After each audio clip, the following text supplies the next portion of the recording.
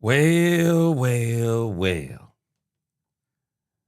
I say there is no better way to start today's show than this. What's up, Cowboys Nation? It's Brandon Aubrey, your kicker, and I'm excited to announce I'll be back for another 5 years with you guys. Hopefully we win a lot of games, and even that Super Bowl we've been chasing. Y'all are the best fans, and you deserve it. So I'll do my part and put them through the uprights. Let's go, Cowboys. What's up, Cowboys Nation? It's Brandon. Let's talk, Cowboys. We're about to talk facts.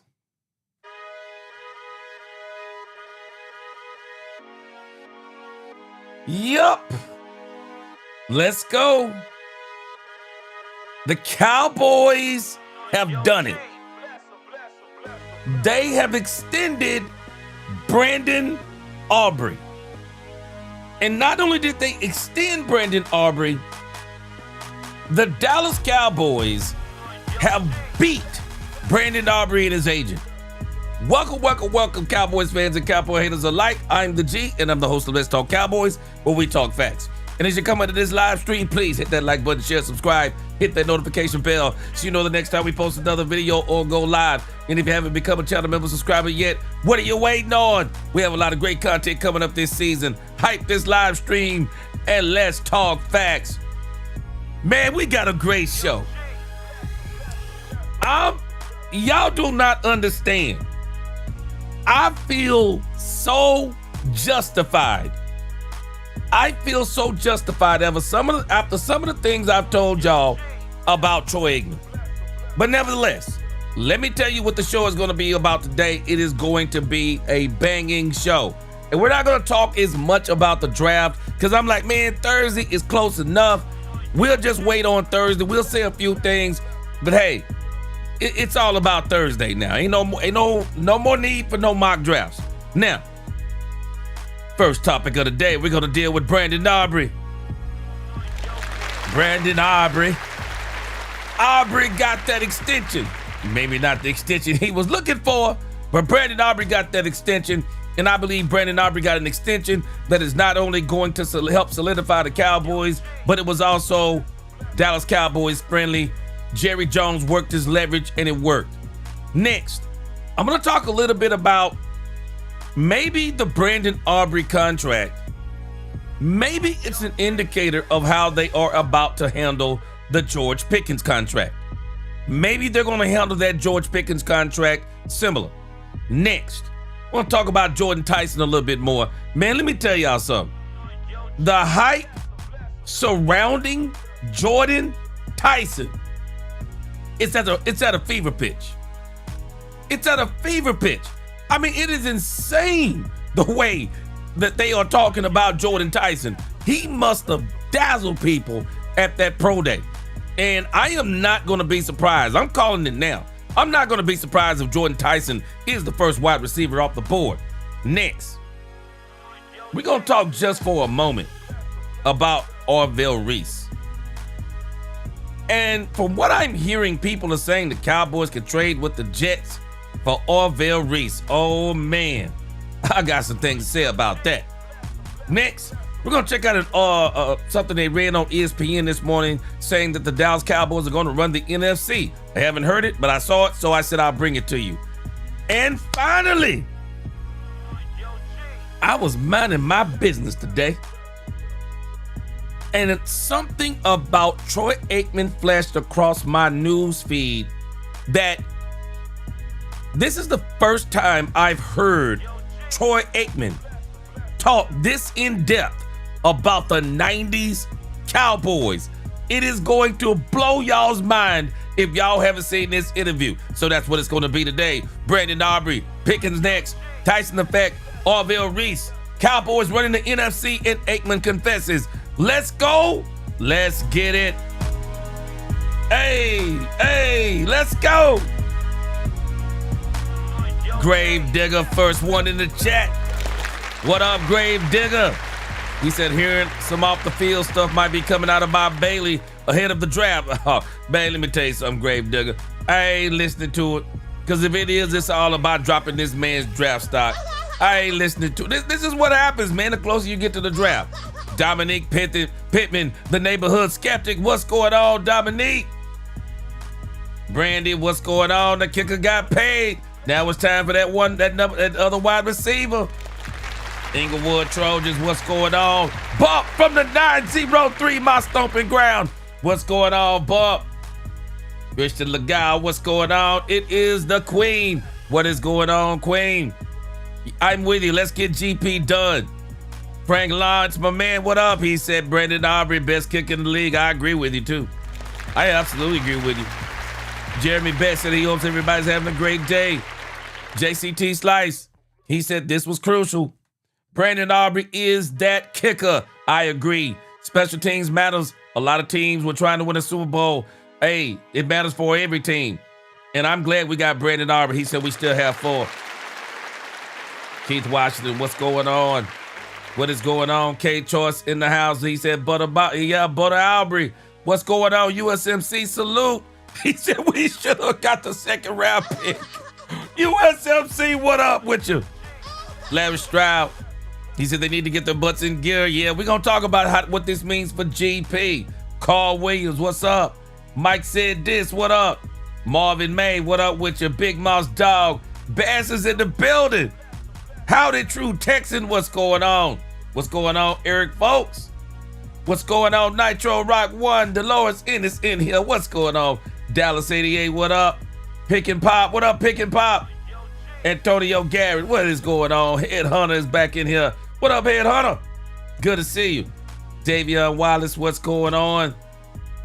Good to see everybody. Derek Jones, what's going on? Gabe Robinson, let's go. Revito, Vincent Kennedy, let's go. Let's go ahead and get this show started. We're gonna rock out on the Cowboys for a couple of hours. All right, so let's get to our first topic of today, and I'm sure everybody already knows Brandon Aubrey is now the highest paid kicker in the NFL. Yeah! Here we go! Yeah. Lil D Texas, let me tell you something. Me and you on the same page on this. I'm glad the Cowboys extended Brandon Aubrey. But I'm going to be honest with you. I want Brandon Aubrey to kick less field goals. I want Brandon Aubrey to kick less field goals, y'all. I'm glad we got that insurance. But I want Brandon Aubrey to kick less field goals going forward. I really do. What's going on, Dre Campbell? Darren Posey in the building. What's going on? I'm telling y'all right now, I want Brandon Aubrey to kick less field goals. It's kind of normal for kickers to be the highest scorers on the team, but the rate that Brandon Aubrey scores points, it's way too much. When you got an offense like the Cowboys, he shouldn't be the highest scorer. I need Brandon Aubrey to score less points. It wouldn't hurt my feelings if Brandon Aubrey scored less than 100 points. It wouldn't hurt my feelings. I would love for all of Brandon Aubrey's points to come from extra points and very few field goals. I mean, I want to keep him in practice. Don't get me wrong. I want to keep him in practice, but not as much as he does in some of these Cowboys games. I mean, Brandon Aubrey in some of these Cowboys games, he's like accounting for 50% of the points. We have too much firepower for that. Too much firepower. True Texan said 3 is never good as 6. Oh, yeah, I agree with you. I agree with it, man. We got to have less field goals and more touchdowns. I want this man, if he gets 100 points, I want them to be off extra points. I want his points to be off extra points. I am tired of Brandon Aubrey scoring all these doggone points because of stalled offensive drives. Brian Schottenheimer has already said that he's going to evolve the offense. I am very anxious to see what that looks like. And so we've already heard a lot about the contract thing with Brandon Aubrey, but what I've been waiting on are the details of the contract. I want to know what the details are. It looks like Over the Cap have yet to update theirs. Let's see if we got Sport Track, see if they've updated theirs. Okay, so Sport Track has updated theirs, and I'll be waiting on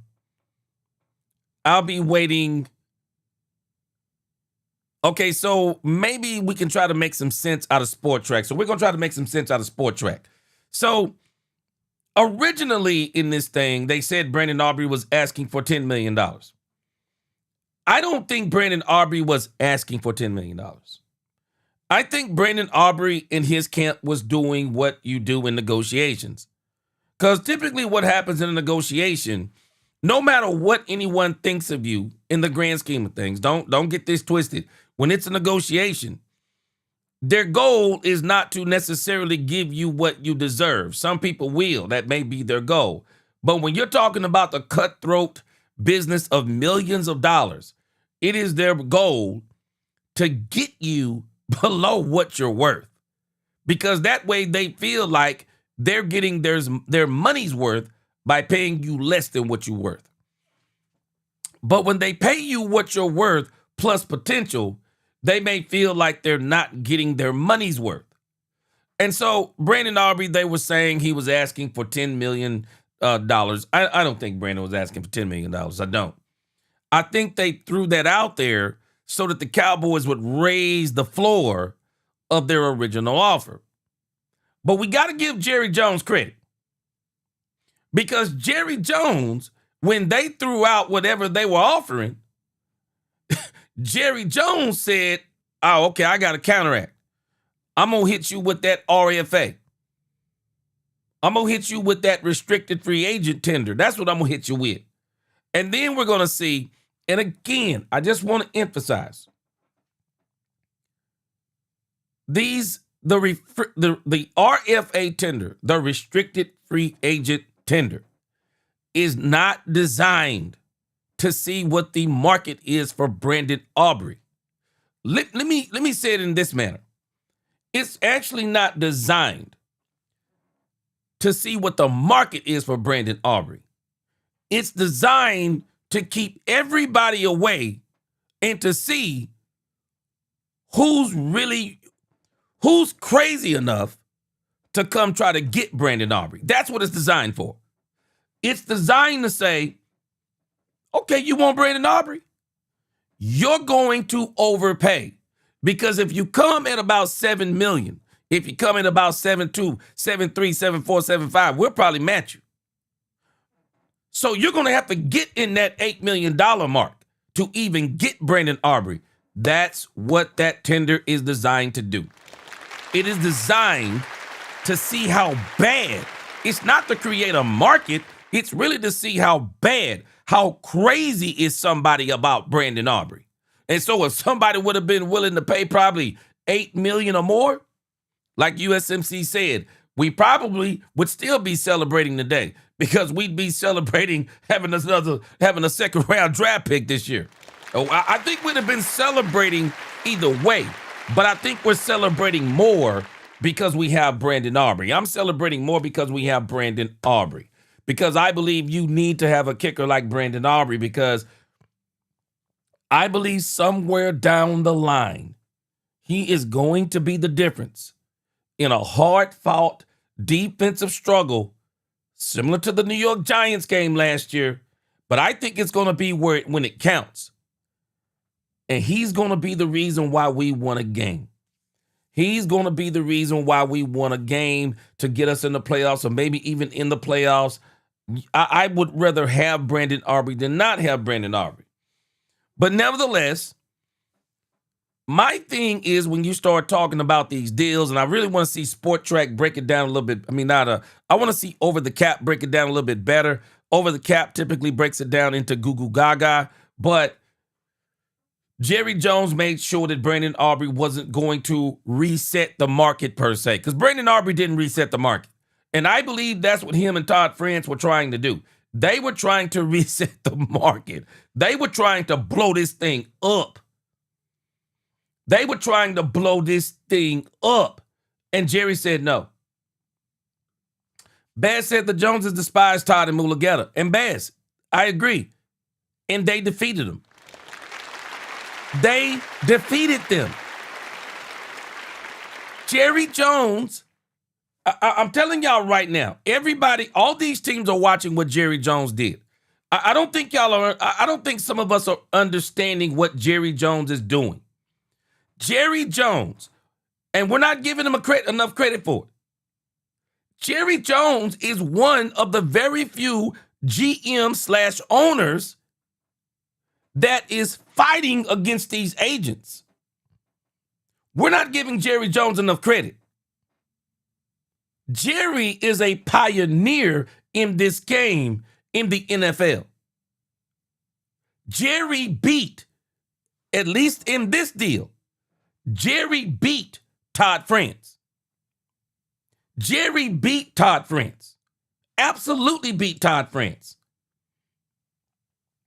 He beat Todd France. They thought they were going to get about $8 million. I believe what they were trying to do is get $8 million. They could not get the $8 million out of Jerry Jones. They could not do it. Now, I see some of the things y'all are talking about. Don't confuse Brandon Aubrey with Dak Prescott. Please don't do that. Don't try to mix up the Dak Prescott deal and the Brandon Aubrey deal. It is a difference when you are the best kicker in the league and you're one of the best quarterbacks in the league. We're not even comparing apples and oranges. We're not even comparing apples and oranges trying to talk about Dak Prescott in this conversation. You can't talk about a franchise quarterback in the same conversation as Brandon Aubrey. It was going to be hard. It was going to be hard for Jerry Jones and Stephen Jones to beat Todd France in the Dak Prescott deal. But I'm going to tell y'all right now, for as much as we're hating on Jerry Jones for that Dak Prescott deal, man, let me tell you something. I don't know if there are a lot of other teams that after Dak broke that foot, I'm not sure if there are a lot of other teams who would have paid Dak Prescott that kind of money. Now, one thing we got to give Jerry Jones credit for, and I'm going to give Jerry Jones credit for this, because Jerry Jones seems to be the kind of person that says, if you'll trust me and you'll take a chance, and let's say you play on a franchise tag. So let's just say it like that. If you play on this franchise tag and you get injured, regardless of how we've negotiated, I'm going to take care of you. You know how I know this? Why did the Cowboys pay Michael Gallup? Cowboys had no reason to pay Michael Gallup. It was one of the dumbest deals I think the Cowboys have done. Even when you think about Dak Prescott, I love Dak Prescott, but I'm telling y'all right now, I don't think there are a lot of teams that would have paid Dak Prescott like Jerry did, coming off a cataclysmic injury like that. When you come off of a cataclysmic injury like that, it don't mean you're not going to get the big deal. I don't think you're going to become the highest paid quarterback in the league. So we're not talking about the same thing. We're not talking about the same thing. Because even if Dak didn't become the highest paid quarterback in the league, he was still going to get paid. But if you let Schefter tell it, there were teams lining up to get Dak Prescott. But I still say I don't think there are a lot of teams that would have paid Dak Prescott what Jerry Jones paid Dak Prescott coming off of that injury. But again, I think Jerry is getting smarter. And this is where we gotta understand what Jerry is doing. The league is watching Jerry Jones. Jerry Jones is getting smarter in these negotiations, and the league is watching because they're all trying to figure out, how do we stop these agents? How do we stop them? And I don't know if you can fully stop them, but how do you stop them? Jerry didn't cave in to Michael Parsons. We're going to see how that is going to turn out. But right now, it looks like, well, Michael won getting paid. but he didn't win because he's no longer with the Cowboys. The Cowboys, they won because maybe Michael would have got hurt here. We got Quentin Williams. We got Kenny Clark. We got draft picks.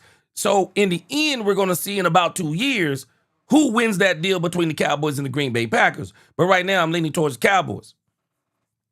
But in this deal with Brandon Aubrey, Jerry Jones absolutely won. Jerry Jones absolutely won.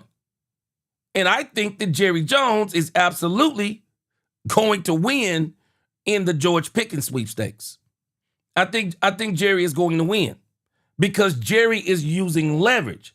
And I don't think Jerry is using leverage per se to underpay players, but I think Jerry Jones is saying, I'm going to use leverage so that I don't overpay players. And so the Cowboys didn't overpay for Brandon Aubrey. I think he got exactly what he deserved. I do. I think he got exactly what he deserved. And so let's kind of look at the contract breakdown. Because I said before, the thing that if I'm Brandon Aubrey, what I'm looking at is the guaranteed money. I don't care about all the stuff about $7 million. I don't care all that $7 million a year stuff. That's just a bunch of malarkey that they put to say so that it makes it sound like you're making blah, blah, blah. The only thing you're truly making is the fully guaranteed money. You're not making anything else. That's all you're making is the fully guaranteed money. I don't care what that contract says. You're only making the fully guaranteed money. So I want y'all to see Brandon Aubrey's contract next to all the other kickers. This is what Brandon Aubrey's contract looks like next to all the other kickers. Now, Brandon Aubrey said something that's kind of got me confused, and maybe some more details will come out about this. But Brandon Aubrey said he's going to be the Cowboys kicker for the next 5 years. So now I'm like, wait a minute. What do you mean you're the kicker for the next 5 years? Because this thing says it starts in 2026, so that would be 4 years. And in actuality, it might not even be 4 years because they can easily cut him in 4 years. I mean, they can cut him in 3, I'm sure, depending upon if there's some kind of drop-off. But I want us to look at this contract over here because it does. This number right here, I don't care what this number is. I actually don't care. Hold on.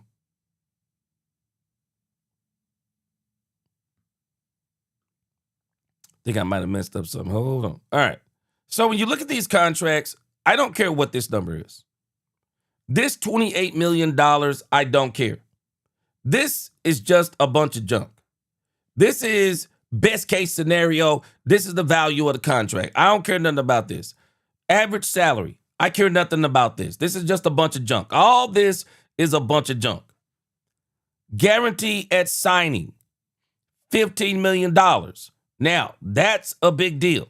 He got $15 million at the signing. The practical guarantee is $20 million. I think Sport Tracks, I think Over the Cap breaks this down a little bit better. But if I'm reading this right, so he got $15 million at signing. So he's going to get a total guarantee of $20 million, which is $2.5 million over Bucker. This is a great deal for the Cowboys. This is a great deal for the Cowboys. I want to see how the rest of it breaks down. Like, how is it hitting the cap year after year after year? But the Cowboys gave him that $15 million up front, so it's going to be all good. So it looks like the total guaranteed dollars is $20 million. So it's about 2.5 more than Bucker. No big deal. This is why I say Jerry Jones and the front office won on the Brandon Aubrey contract. Because I'm telling you right now, had Todd France, had they had any leverage, it'd have been different. Had he had any leverage, it would have been different. But the reality is they had no leverage. And the leverage that they had, it wouldn't benefit them to try to play that card. Because I'm going to tell you now, I think Michael Parsons was going to play a dangerous game with the Cowboys. I think he was going to play a dangerous game, fooling around with that whole back injury thing. I just think it would have been it was a bad way to do business. But in this instance, the Cowboys won on this because I believe this is the deal they had on the table in the beginning. Bass, the reason why I say the Cowboys won, this is the deal I think they had on the table in the beginning. I don't think it's too much different. I think this is the deal they had on the table. The Cowboys said before they did this deal, they had an offer on the table that was going to make him the highest paid kicker in the league. Well, what changed?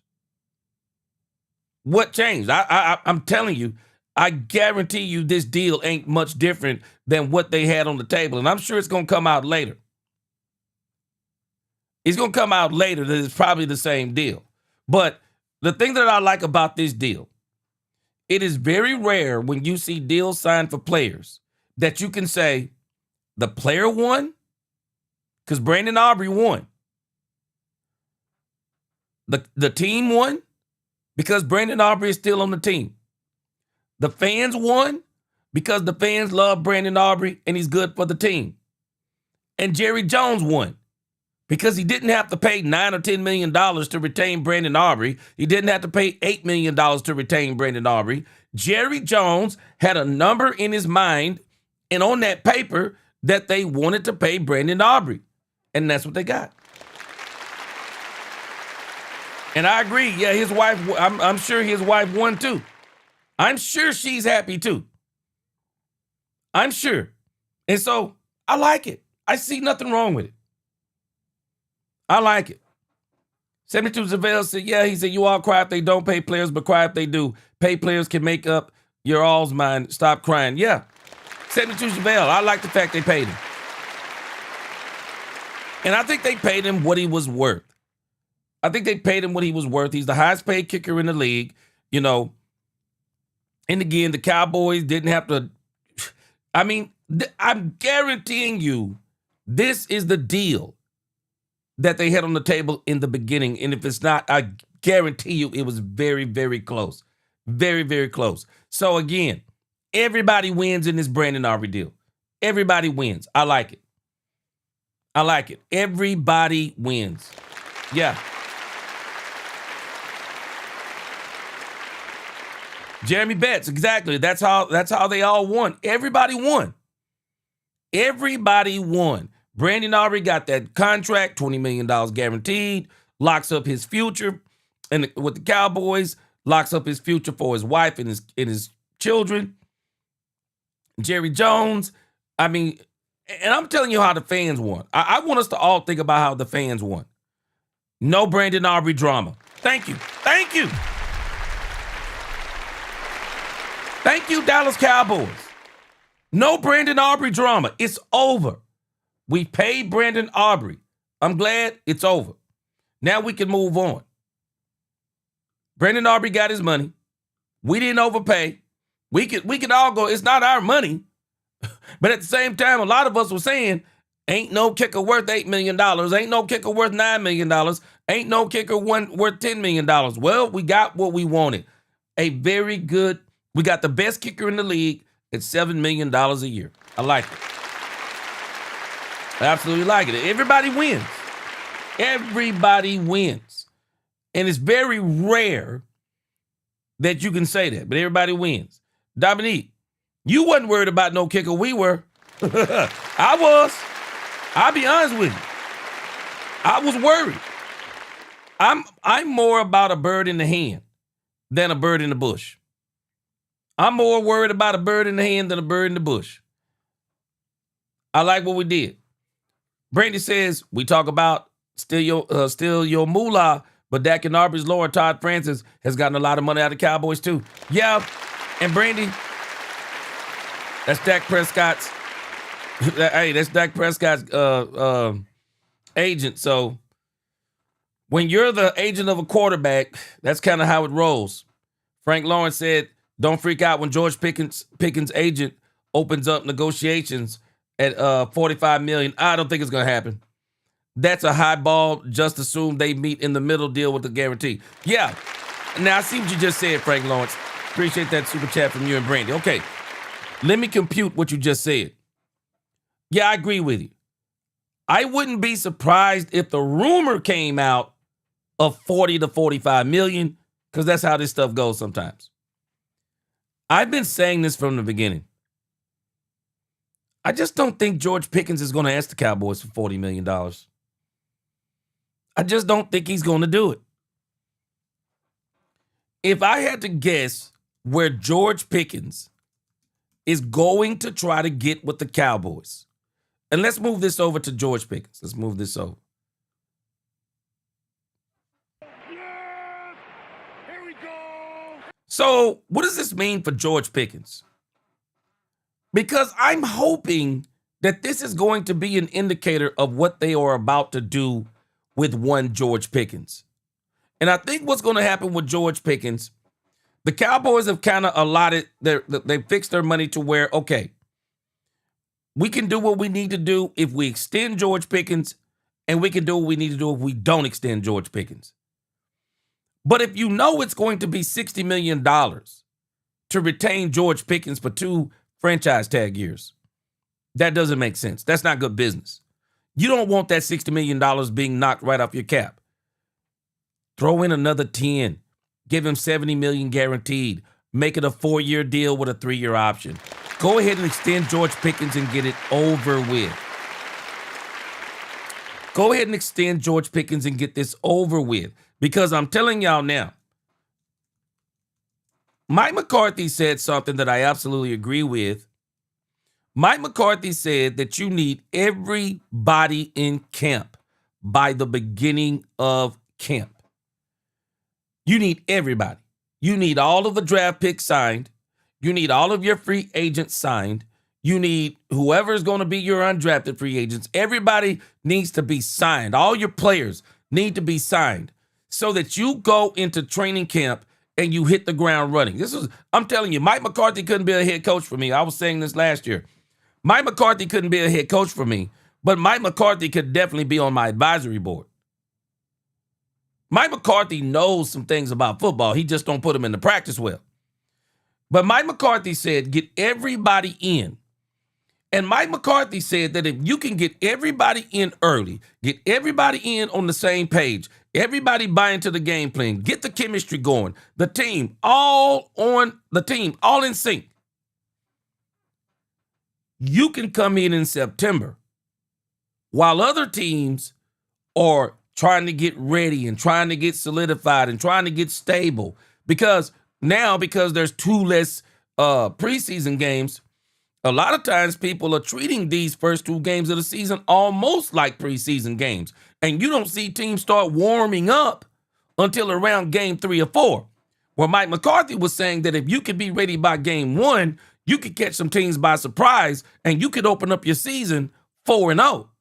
And if you open up a season 4-0 and you got 13 games left, basically you're saying that if we can just win 8 of the next 13, that's 12 victories. You probably going to be 5, 6, 4, 5, or 6. You're either going to win the division or at the very minimum, you're going to be in the playoffs. So it's important for the Cowboys to get all of this done, no drama. And I want to see what happens with George Pickens, because George Pickens can't even come into the facility until he gets a deal done. So it is important for the Cowboys to get this deal done with George Pickens. But I'm going to be honest with you. I don't think George Pickens is going to ask for $40 million. I don't. I'm going to tell you why I think George Pickens is going to, where he is going to be. Let me show you where I believe he's going to be. I don't think he's thinking about Puka Nacua. Puka Nacua going to get out of rehab. Wink, wink. Yeah, wink, wink. Y'all really think Puka Nacua is in a... I'm not saying he's not in rehab, but this sounds like a ploy to me to say we got to justify paying Puka Nacua. Okay, get in rehab. Basically, go to a country club. Get whatever you got under control. We're going to make it the highest paid wide receiver. You're going to come out here and ball out, and that's going to be the end of it. He's not going to be worried about Puka Nacua. Because out there in California, you'll still be making less than CeeDee Lamb out there in California. But I think this is the magic number. DK Metcalf. I believe this is where George Pickens is going to fall. I believe George Pickens is going to fall somewhere around $34 to $37 million. I think that's where he's going to fall. I think his total guarantee, CeeDee Lamb, and what I'm looking at is the fully guaranteed money. I don't care nothing about that total guarantee. George could actually have a higher total guarantee, but I think a lot of that'll be tied into character issues. You give him some great incentives, and you let George Pickens fully guaranteed money. You let it be somewhere around $75 million. You get George fully guaranteed for $75 million. Let a lot of the rest of it be all incentive laden. I don't care what you put up here. You can put the total guarantee up here. You can say, yeah, man, the total guarantee is $115 million. We don't even care because you're probably not going to see that for $115 million anyway. You're not going to do it. Give him $70 million fully guaranteed and make sure that whatever that number is, it's above DK Metcalf. I think when they do that, they're going to have a deal. I do. I think they're going to have a deal. I think they're going to extend George Pickens because it doesn't make sense to pay a wide receiver $60 million over 2 seasons. Because George Pickens is going to ball out, barring injury. He's balling out in 2026. Book it. He's balling out in 2026, y'all. And the reason why I know George Pickens is going to ball out in 2026, because if I was Dak Prescott, I would make sure that George Pickens got the ball. I absolutely would. I would make sure that George Pickens got the ball. Why? Because I want him to sign him again. If we have to, I wanted to play on another franchise tag because why would Dak not want George Pickens and CeeDee Lamb? Why would he not want both of them? Of course he wants both of them. And if you gave him a choice, he would probably take George Pickens, CeeDee Lamb, Ryan Flanoy, and if you mess around and say, we're going to bring Jordyn Tyson in here, Dak Prescott would probably say, bring him on and give me some Michael Trigg too. I'm telling you, why wouldn't you? You're a wide receiver. I'm sorry, you're a quarterback. Why wouldn't you want a treasure trove of weapons on offense? Frank Lawrence, I bet you he'd tell him bring in Jordyn Tyson and Jeremiah Love. He want all of them. He's the quarterback, man. Why wouldn't he want all those weapons? But in the grand scheme of things, Dak's going to make sure Pickens gets paid. And so that is the very reason why it would just behoove the Joneses to go ahead and do what they did with Aubrey. See what the magic number is and pay George Pickens. No drama going into training camp. And we have a boring training camp the way we want. And the only excitement we want is Christian Parker, Brandon Jordan. All we want is this team with a quiet, boring offseason of no salacious stories. And we want it to be all about football. Hey, Baz, you wouldn't want that, Baz? Angie said book it. What's going on, my sister Angie? Unofficial co-host. Angie said book it. Shoot. Baz, you wouldn't wait. Man, let me tell you something. If you ask Dak Prescott would say bring in Jordyn Tyson and keep George Pickens and give me Jeremiah Love. Shoot, man. Why wouldn't you? You're the quarterback. Why wouldn't you want all those weapons? And I'm telling you right now, I don't believe in superstitious things, but I tell you this. We need a dynamic tight end, guys. I'm sorry. We need a dynamic tight end.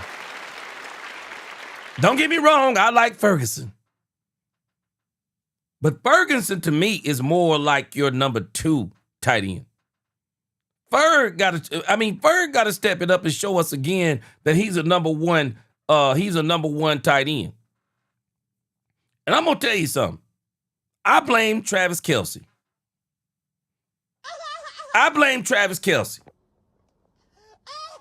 Some of y'all might not realize why I'm saying I blame Travis Kelce. I blame Travis Kelce as it pertains to Jake Ferguson. I blame Kelce. Ferg had a pretty good year. And one of those years, it might have been the rookie or the second year, Ferg had a pretty good year. Here come Travis Kelce talking about Jake Ferguson in the next few years. Jake Ferguson is going to be one of the top 5 tight ends in the league.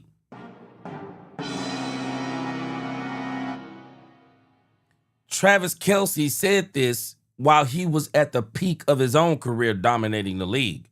So you don't think people are listening when somebody like Travis Kelce say Jake Ferguson is going to be the next man up? I blame Travis Kelce. I do. I blame Travis Kelce. Ferg ain't been the same. Ferg ain't been the same, man. I'm telling us. Ferg ain't been the same. What up, D-Block? What up? Ferg ain't been the same, man. We need a dynamic tight end. We really do. What up there said? We need a dynamic tight end. Because right now, we don't have a dynamic tight end. Don't have a dynamic tight end. Oh, Angie, you just said a mouthful.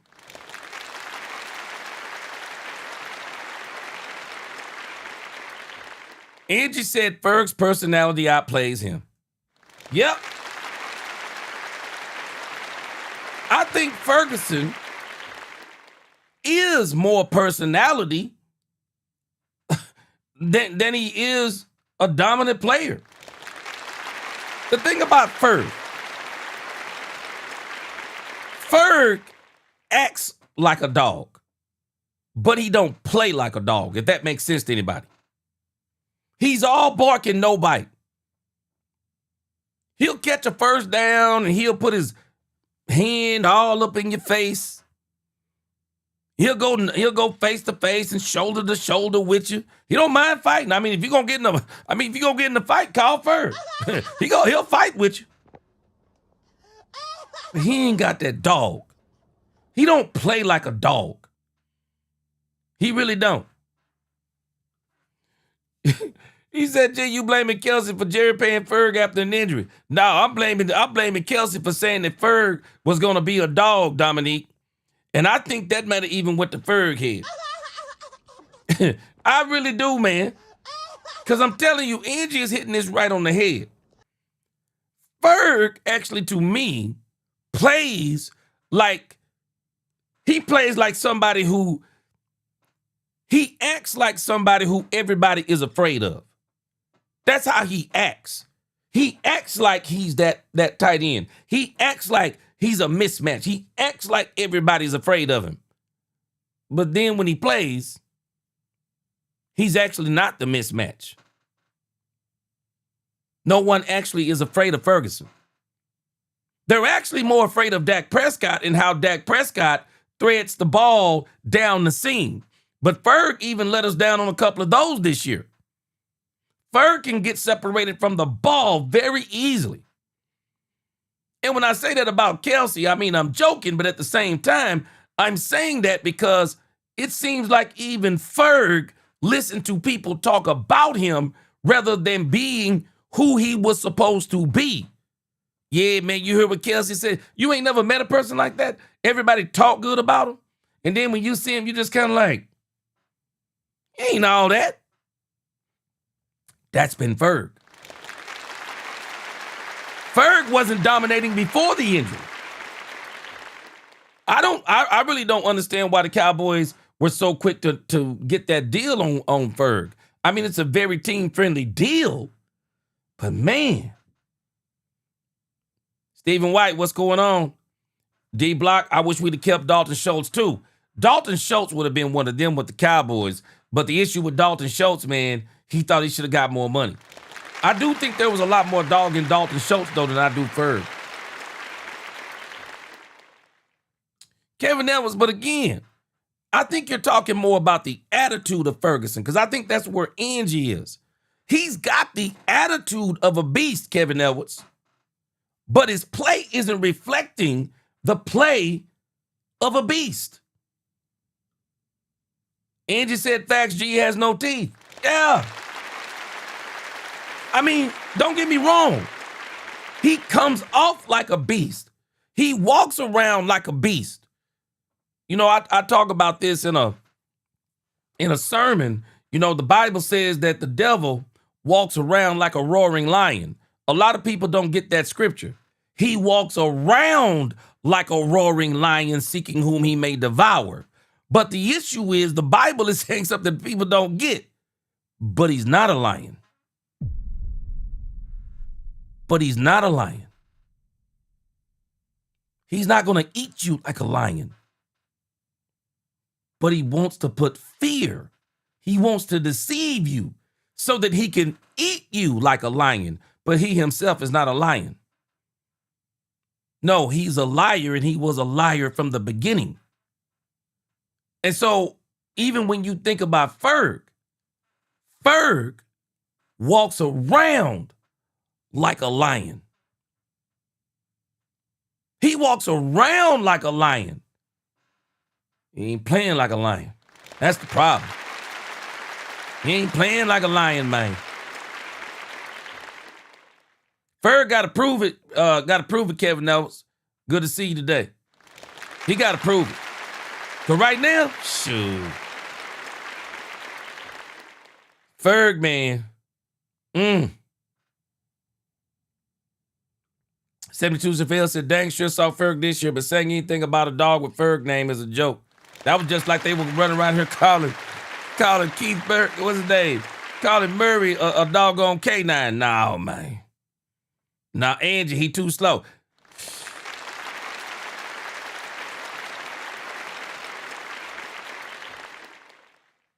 Too slow. Dominique said they lowball injured players. Dominique, I think they took advantage of that, saying, hey, Ferg, you're injured.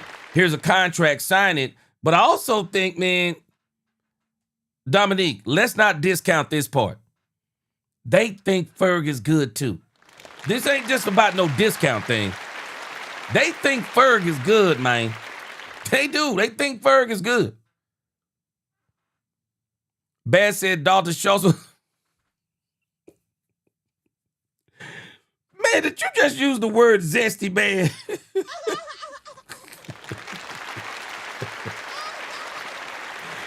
Man said that Dalton Schultz was a little too zesty, too. He blocks a lot of Cowboys content creators because they criticize him.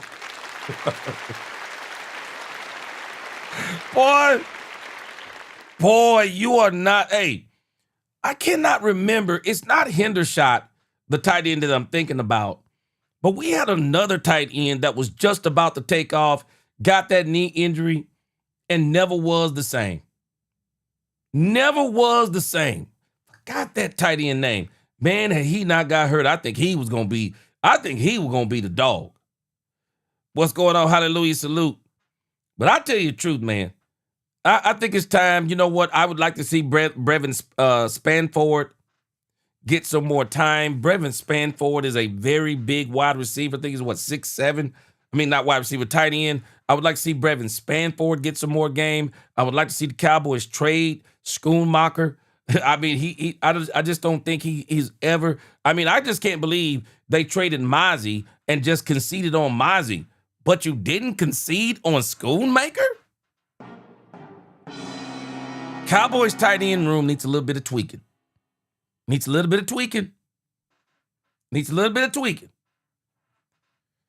Schoonmaker, trade him. Brevin Spanford, more snaps. Ferg, I don't know what you do. You paid him now. You just gotta keep working with him. I gotta try to find me I just got to try to find me a very aggressive tight end. I would love to have a Michael Trigg.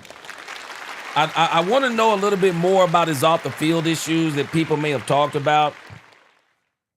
I want to see what people have talked about with his off the field stuff. I'd like to know what that is, because if the Cowboys culture could absorb somebody like a Michael Trigg might be back there in the 5th round. Kippy, what up, Kippy? I mean, I'm just. Oh yeah, is that him, Bass? Blake Jarwin, boy. Hey man, hey Bass, boy, hey man, you using the right adjectives tonight, bro. You using the right adjectives tonight, man. Blake Jarwin was a thug, bro. Blake Jarwin was, man, he was about to take off till he got that knee injury, man. Hey man, he was about to take off until he got that knee injury, bro. You are using the right language. That dude was a thug. I would have loved to keep him, man. But the injuries didn't quite, he couldn't, the injury, he never was the same. I really think the Cowboys need a guy like a Michael Trigg, a guy who wants to prove to people that he's better than a fifth rounder, which Michael Trigg might not actually go in the 5th round when you kind of look at where these tight ends are in these on the big board. Michael Trigg might. I'm thinking what? Trigg could be what, 3rd round? Let me see. They got Trigg. Trigg is ranked number 114, I guess. They saying he's the 6th best tight end in this thing. I could see a player like Trigg being, man, Trigg could be back there in the 5th. If I were the Cowboys, he back there. Hey, man, I got to take a chance on Trigg, especially talking about in the 5th round. I got to take a chance on Trigg. But nevertheless, I say all that to say, I'm sorry, I got totally sidetracked. I'm hoping that what the Cowboys did with Brandon Aubrey, they're going to do the same thing with George Pickens. Because honestly, man, I got to be honest.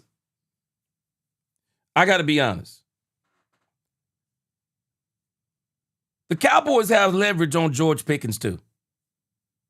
The Cowboys have some serious leverage. We've all talked about it. George Pickens has some leverage. But the problem with the leverage that George Pickens has, that leverage would work against George Pickens. It absolutely would. It would work against George Pickens. George can't hold out. And I think the Cowboys and George, I wish they would do this, but I really think George Pickens, his agent, and Jerry in the front office, they need to start talking now. They need to start talking now. I think it is important that they start talking now. Because George don't need to be missing any camp. None. He don't need to be missing none. For every day George misses, it's chemistry. I don't want to hear about George and Dak Prescott working out at the local high school. Okay, man, that's all cool and dandy. Okay, cool. You working out at the local high school. Nah, bro, we need you in camp. We need Pickens in camp. We need this Cowboys camp to be all about football. Nobody missing. Even the hurt folk. They need to be out there on the hurt folk field rehabbing. Every single player, we need them out there. I would love to see every Dallas Cowboy player at the quote-unquote, I guess they call them voluntaries. I would love to see every last one of them at the voluntary workouts. Everybody volunteers. In some form or fashion, everybody needs to be out there. I'm hoping next we're going to hear the Cowboys get the George Pickens thing done. Get it done so we don't have to worry about it. So, and again, this would be one of the biggest indicators of change for the Cowboys. No drama in the offseason. All right.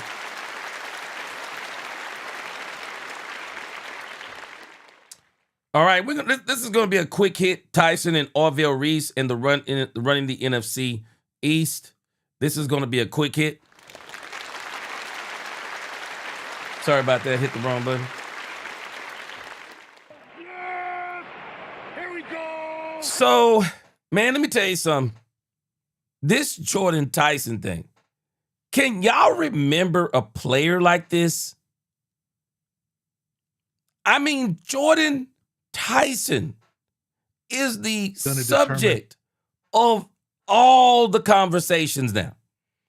All of the conversations. I am not going to be surprised if Jordyn Tyson is the first wide receiver off the board. Because I'll be honest with you. I believe, and y'all tell me if I'm wrong, if Jordyn Tyson hadn't been injured, dealing with hamstrings, had a little injury history, I think Jordyn Tyson would be the first wide receiver off the board. I don't even think it would be a conversation. He would, hands down, be the number one wide receiver in this draft. And he might be top 5 in the draft if it wasn't for injury. I mean, Jordyn Tyson is, I don't know if I've seen a player's stock rise like this, man. I mean, just over the last 2 weeks, and especially the last week as we're getting close to the draft, whoever his PR team is, man, everybody need to hire them.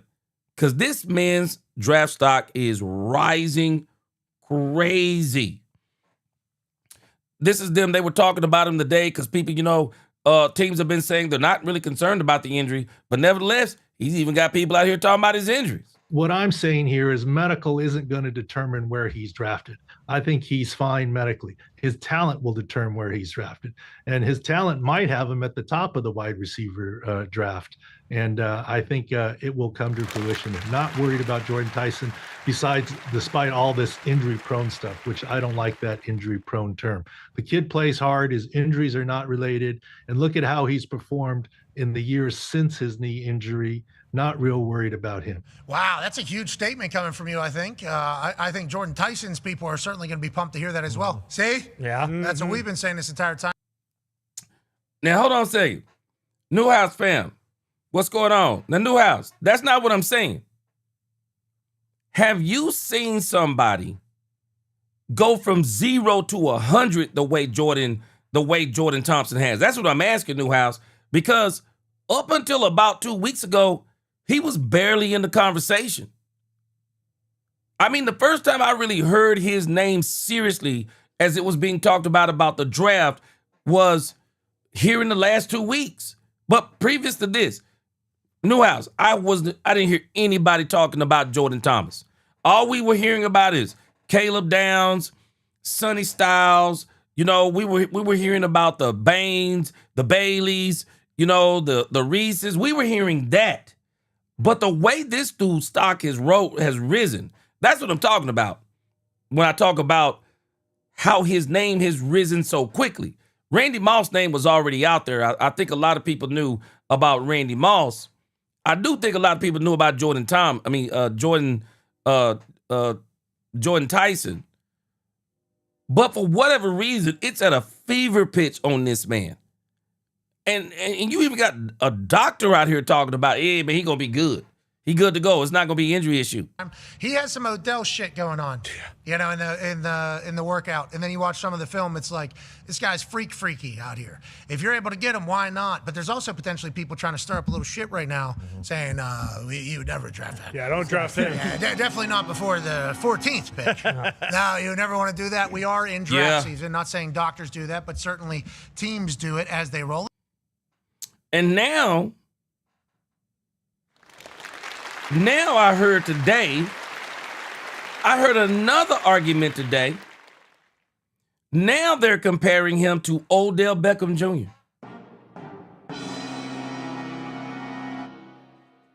Now, again, I'm agreeing with y'all talking about wide receivers in general. What I'm talking about is the way Jordyn Thomas, it was first Cornell Tate, and then they would say, oh, yeah, Mekhi Lemon's going to be second. But just out of the blue, what I'm talking about is how Tyson, all of a sudden, boom, he goes from not being talked about to now he's going to be the number one wide receiver in the draft? That's the part I'm talking about. Hey, they were talking about Marvin Harrison Jr. when he was coming out, but I'm talking about the way they're talking about Tyson all of a sudden. I mean, this guy is the talk of the draft all of a sudden, just out of the blue. Nobody talking about him up until a couple of weeks ago. Bernard, he said Tyson wasn't mentioned. Love and offensive tackles were mentioned. Man, nobody was talking about this guy.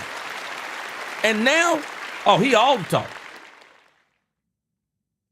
You know what, Kevin Ellis? I don't know if Odell was all hype. Odell was that guy, man. And Odell, I really didn't hear a lot because you remember, I think it was him and Jarvis Landry. So we kind of knew they were both good. But what really got Odell Beckham Jr. hyped up is when he got in the league. Oh, that one-hand catch against the Cowboys will go down in infamy as one of the greatest catches ever. Yeah, Tyson. Yeah. I got your best. I got you. But again,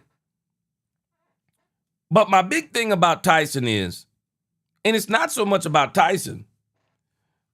I think what this means for the Cowboys in the draft.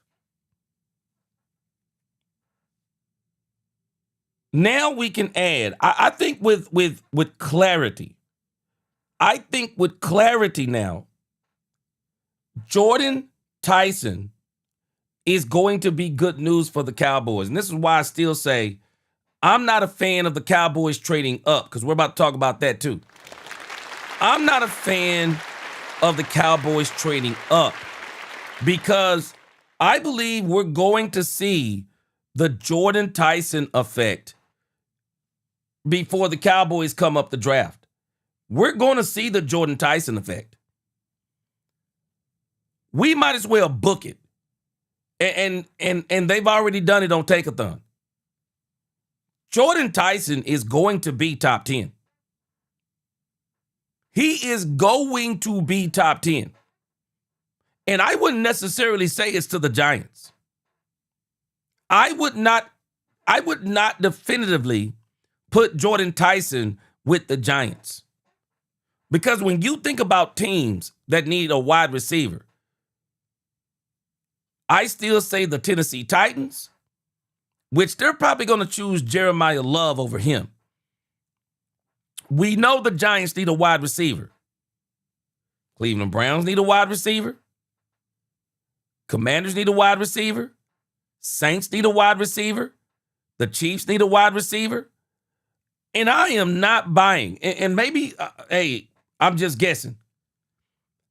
I cannot see the Miami Dolphins picking Caleb Downs at number 11. I'm struggling with that. I don't think they're going to get Caleb Downs. I don't. I think Mekhi Lemon for some of these wide receiver needy teams. I'm not going to be surprised if Mekhi Lemon is the Miami Dolphins pick at number 11. This Jordyn Tyson effect is going to be felt. Somebody is going to fall to the Cowboys. And it could be anybody. And the only person, I'm going to boil it down to two players now. I'm going to boil it down to two players that I think that we know for a fact that they're going at number 1 and 2. I think Fernando Mendoza, I think it's a no-brainer. He's going to be the first overall pick. I'm not believing yet that the Jets are going to pick Orville Reese at number 2. I'm not believing that yet. And let's go ahead and tie both of these subject matters into one. Because they're saying that there are rumors now is that the Cowboys are going to trade all the way to number 2. I'm telling y'all right now, if the Cowboys trade all the way to number 2, they're giving up both of those first-round picks. Now, here's my problem. I don't think Orville Reese is worth both of those first-round picks. Not me. I don't believe he's worth 2 first-round picks. Not Orville Reese. You could make the argument with me better for David Bailey than you can Orville Reese. Orville Reese is a player that when you get him on your team, Orville Reese is not what you call an immediate impact player. Orville Reese isn't going to come out there and just tear it up. I don't think he is. I don't think he is. I don't think Orville Reese is going to tear it up. If there is a player that you could get right now, there are about, let's just say, these 11 players in front of the Cowboys. I see about 3 of these players that could come to the Cowboys right now and be difference makers. Of the 11 players on that board, there are only 3 that I see as definitive difference makers. I'll say in 3 of them, I'll put a question mark by on maybe. But I'm going to give you 3 players that are definitive, I believe are going to be definitive difference makers if the Cowboys got them. And one of them, you're probably not going to like what I tell you. If I'm going by this list in order, of course, we don't need a quarterback. I'm going Jeremiah Love. That's the first one. Jeremiah Love is going to make whatever team he goes to better. Jeremiah Love is an immediate impact player. I believe he's an immediate impact player that whatever team he goes on, book it. He getting touchdowns. Book it. Because Jeremiah Love ain't gonna forget how to run. He gonna run the ball. As it applies to the Cowboys, another player that I say definitively, if the Cowboys got him, I'm like, okay, this guy's probably going to be an impact player. Sonny Styles. Sonny Styles is an immediate impact player because I believe the Cowboys will have him playing that nickelback position, so he would be an immediate impact player. The third player that I believe that would be an immediate impact player is Mansour Delane. Those are the only 3 for me that I say immediately impact players. Let me add a 4th one because I skipped over him. A 4th one. I'm going to go up to 4. David Bailey. The reason why David Bailey is an immediate impact player for the Cowboys is because of his pass rushing ability. David Bailey. When I look at David Bailey, high motor, quick, fast, instinctively can get to the quarterback, got moves. We said the same thing about Donovan Ezraku last year, though. We said the same thing about Donovan Ezraku. But Bailey seems to have a little bit of a step to me on Donovan Ezraku. Now, I'm going to give you my honorable mentions of a couple of other players that I think, depending upon how the Cowboys use them, they could have some immediate impact. Ruben Bain Jr. I'm telling you, people are sleeping on Ruben Bain Jr. I don't care nothing about them Tyrannosaurus Rex arms. I don't care what nobody's talking about. I think that David Bailey is going to have such a chip on his shoulder. His shoulders. Still going to be a monster. I think David Bailey going to be a monster. My other honorable mention is Caleb Downs. I think he could have an impact too. But my top 4, Jeremiah Love, because he can just flat out run the ball, David Bailey, Mansour Delane. And I might have, Jeremiah Love, Sonny Styles, David Bailey, Mansour Delane. Those are the 4 players that I believe that could have an immediate impact on the Cowboys. But my question is, would I trade up to get those players?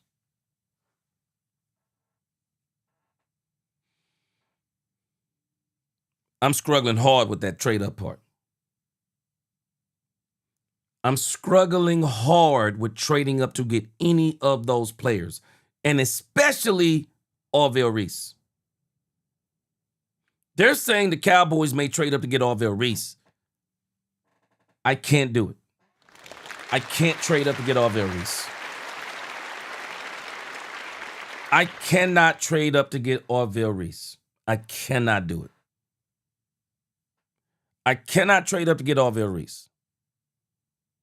Now, if you told me I could keep my number 20 pick, if you told me I could keep my 20 and go up here with the Cleveland Browns and get a 6, they get my 12. They want Ty Simpson. They don't want to pay Ty Simpson that top 10 money. If I can go to number 6, keep my 20, I would trade with the Cleveland Browns.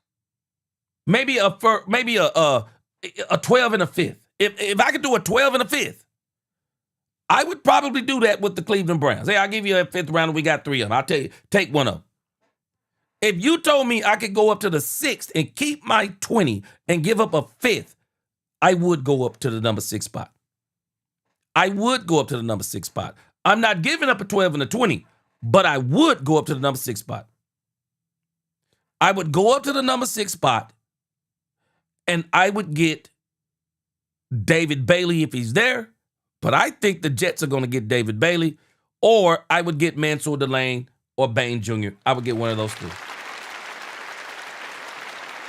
If I could go to 6, keep my 20, and give them a 5th, I'd go to number 6, and I would absolutely get Bailey, Bain, or Delane. If I was going in order of need, honestly, if I was going in order of need, I would probably get Mansour Delane before those. And I'm struggling with that too. But if I could go to the number 6 spot and Bain, Bailey, and Delane are there, which I don't think is going to be Bailey. I think it's going to be Orville Reese. I would probably get Mansour Delane at the cornerback position. That's what I would do. But I'm struggling. I'm struggling with the trade-up conversations. Because if I'm trading up, I gotta get somebody that I know is going to be an immediate impact, but also their upside is so huge that it's going to be that player. Chanel, what's going on, Chanel? Chanel, I'm the same way. Orville Reese, I think he's still trying to find himself. I don't think I don't think you get Orville Reese on a team that you're trying to win now with. If I'm trying to win now, Bailey, Bain, Delane. If I'm trying to win now, and Jeremiah Love too. I mean, Jeremiah Love is a win now player too. But it would have to be Bailey, Bain, or Delane for me. And if I had to pick between those 3, man, I don't know. I would probably go with Delane. I really would. I would really go with Delane. I would probably go with Mansour Delane. I mean, I just think you got a real serious need at cornerback. I think you could get a pass rusher maybe later in the draft, contrary to what some of us may think. But Mansour Delane is a serious cornerback. USMC said, I'm betting Styles is going to fall. Hold on, let me read that. Sonny Styles is going to fall big time in the draft. I wouldn't be surprised if Reese falls and he don't know how to pass rush. Let me tell you something. USMC, I'm agreeing with you on Reese. Reese would be the one I wouldn't be surprised to fall. Sonny Styles, he's not getting out of the top 12. He's not getting out of the top 12. Because USMC, let me play advocate for a moment. The reason why I could see the New York Giants fooling everybody and not getting Sonny Styles, it all depends on if there was an offensive lineman there. If there was an offensive lineman there, what if Francis Mauigoa is there and you got Jackson Dart? The New York Giants defense, even without Dexter Lawrence, the New York Giants defense is the real deal. Man, their defense can play. I would be more interested in my offensive line and protecting my young quarterback before I would go and get Sonny Styles. That's just me. But we're going to see how Harbaugh builds that team. Is he going to build up on defense first? But I really think he has to consider getting his quarterback protected if he really wants to, if he's really sold on Jackson Dart.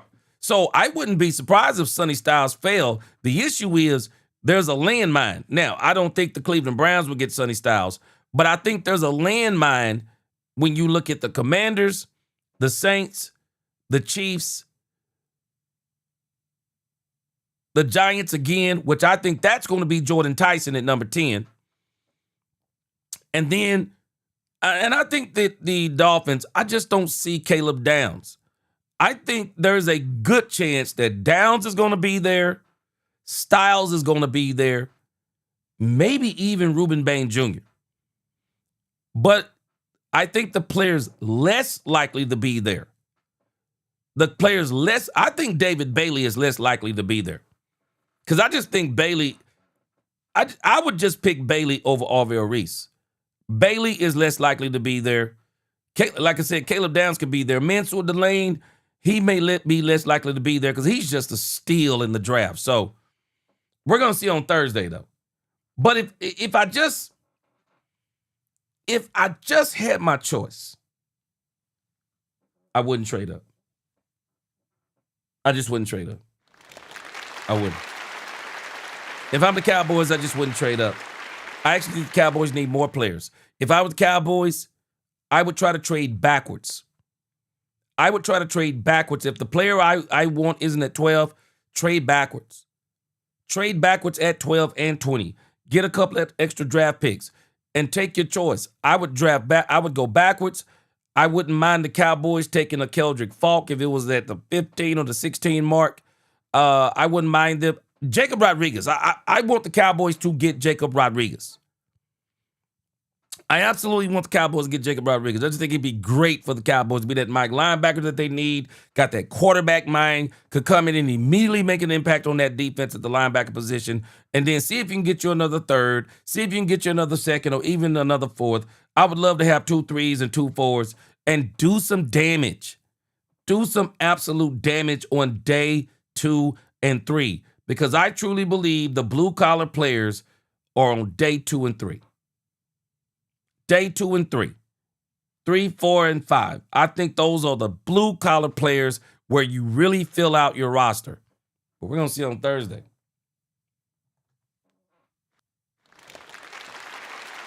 So, again, if I'm the Cowboy, I think Jordyn Tyson is going to help the Cowboys.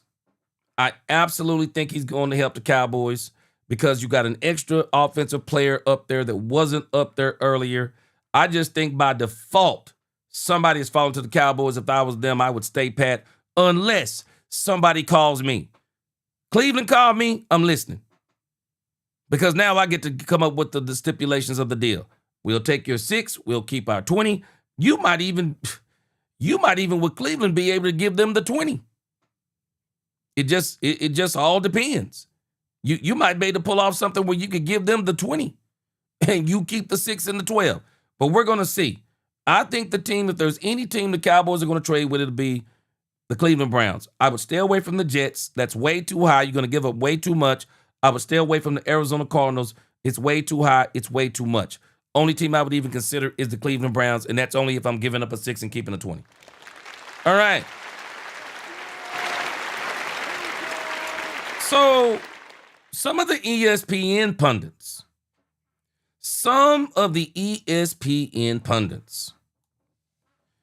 they are really big on the Cowboys. They are really big on the Cowboys. You read JCT. He said, who is Lloyd Brunson? He said, Lloyd Brunson is a hypocrite. Well, based on what you told me, JCT Slice, he's probably not a hypocrite. I think the issue is he's an Eagles fan. I think that's the issue. I think the issue is he's an Eagles fan. Let me read what you wrote here. He said today that Dak's gaudy stats don't matter because he has no rings, but defended Hurts' gaudy stats in the Super Bowl, lost to Kansas City. Super Bowl 57. He said, come on now. Yeah, that's called moving the goalpost. That's called moving the goalpost. Poobie D, regardless of who's there, Poobie D, you tell me where you are. I say the Cowboys should stand pat. Unless the Cleveland Browns give them a deal that they can't refuse at that number 6 spot. Glenn Harrison said, gee, you do know we have a dysfunction. He said it would draft nobody on that board, just showing. I hope it's not true. Football fanatic, I hope it's true.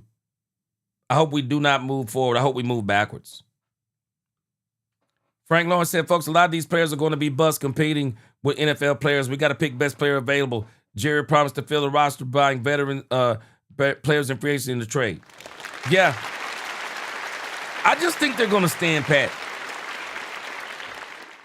Pooba D, he said keep both picks. 72 Chevelle said I would not move at all either. I don't think they should move. Only way they move is the Cleveland Browns make an offer they can't refuse. It's got to be an offer they can't refuse. Gravedigger said, if I trade up to 6, then I'm taking Bailey, Downs, or Delane. Yeah, those are the 3 that I would take. I mean, if Styles is there, I would choose him overall based on needs. Yeah. USMC said, I'm calling it. Styles falls down in the draft, but watch Giants get O-line and receiver, if not running back. Hey, I just said it. USMC, I just said it. I wouldn't be surprised if the Giants went O-line. They got Jackson Dart. I wouldn't be surprised if they went O-line and shocked everybody. I would not be surprised if they go O-line. I wouldn't. USMC, he said he bet 3 O-line players go top 10. I'm going to tell you this. I won't go as far as 3, but I will go as far as 2. I wouldn't be surprised. I wouldn't be surprised if 2 went. Gravedigger said, I'm thinking that Bailey might slide in the draft because of his off-the-field stuff. I'm going to tell you right now, if Bailey falls out of the top 10, the Cowboys are going to pick him up. I don't think he'll get past the Cowboys. I do not think Bailey will get past the Cowboys. I don't. Bassett, I agreed. I'd only trade back for more capital, or if your board guys are all gone, trade them picks for proven players. That too. I'm still holding out hope for Jordyn Brooks. I don't think there is a player. I don't think there's a linebacker in this draft that's better than Jordyn Brooks. Football Fanatic said, I bet we trade after the draft to fill any remaining holes. I think that's what they're going to do too. I'm still going to keep, but I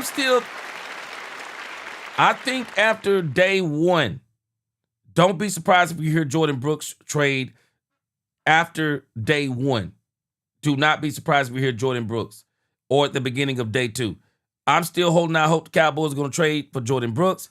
Also, I'm also going to keep my mind open to this. Max Crosby and Myles Garrett. Even if it's not the Cowboys, I am not going to be surprised if one of these teams in the draft, other than the Cleveland Browns and the Raiders, walk away with Max Crosby and Myles Garrett. I'm not going to be surprised. And other players. I'm not going to be surprised. I'm not. Chanel said, I believe Bain, opposite side pass rush on the Miami Hurricane. Oh, Akeem Messador. A lot of people have been saying him in the Cowboys. Mad Main. What up, Mad Main? Bass, well, we already got Jordan Thompson in there. All we need is a couple of more, and we in business. All we need is a couple of more, Bass, and we in business, bro. Yeah, Aussie said let it come to us. And don't get, hey, I'm with you, Aussie. Don't give up 2027 because everybody's trying to get 2027 picks. USMC said Rodriguez is our best bet at linebacker, and he would be a culture changer in the locker room. I would reach maybe for Rodriguez at 20. Oh, yeah. You know what? I said if you want him, get him. Chanel said Akeem Messador, don't sleep on this player. He has better pass rushing skills than Bain. Maybe the Cowboys shock everybody and get him at 12. You never know, man. They might shock everybody. Get him at 12. All right. So there's a conversation out there going on at ESPN. And they're out here talking about the Cowboys are about to run the NFC East. This is probably going to be music to some of our ears. So if you hadn't seen this, check this out. I thought this was okay. Pretty interesting. So in a salary cap league, that means you have to get value at other positions. If you draft Arvell Reese or David Bailey at number 3, he would be about the 40th highest paid edge rusher in the league. But they might not be as good of a player. I know you know this, but maybe not everybody who's watching does.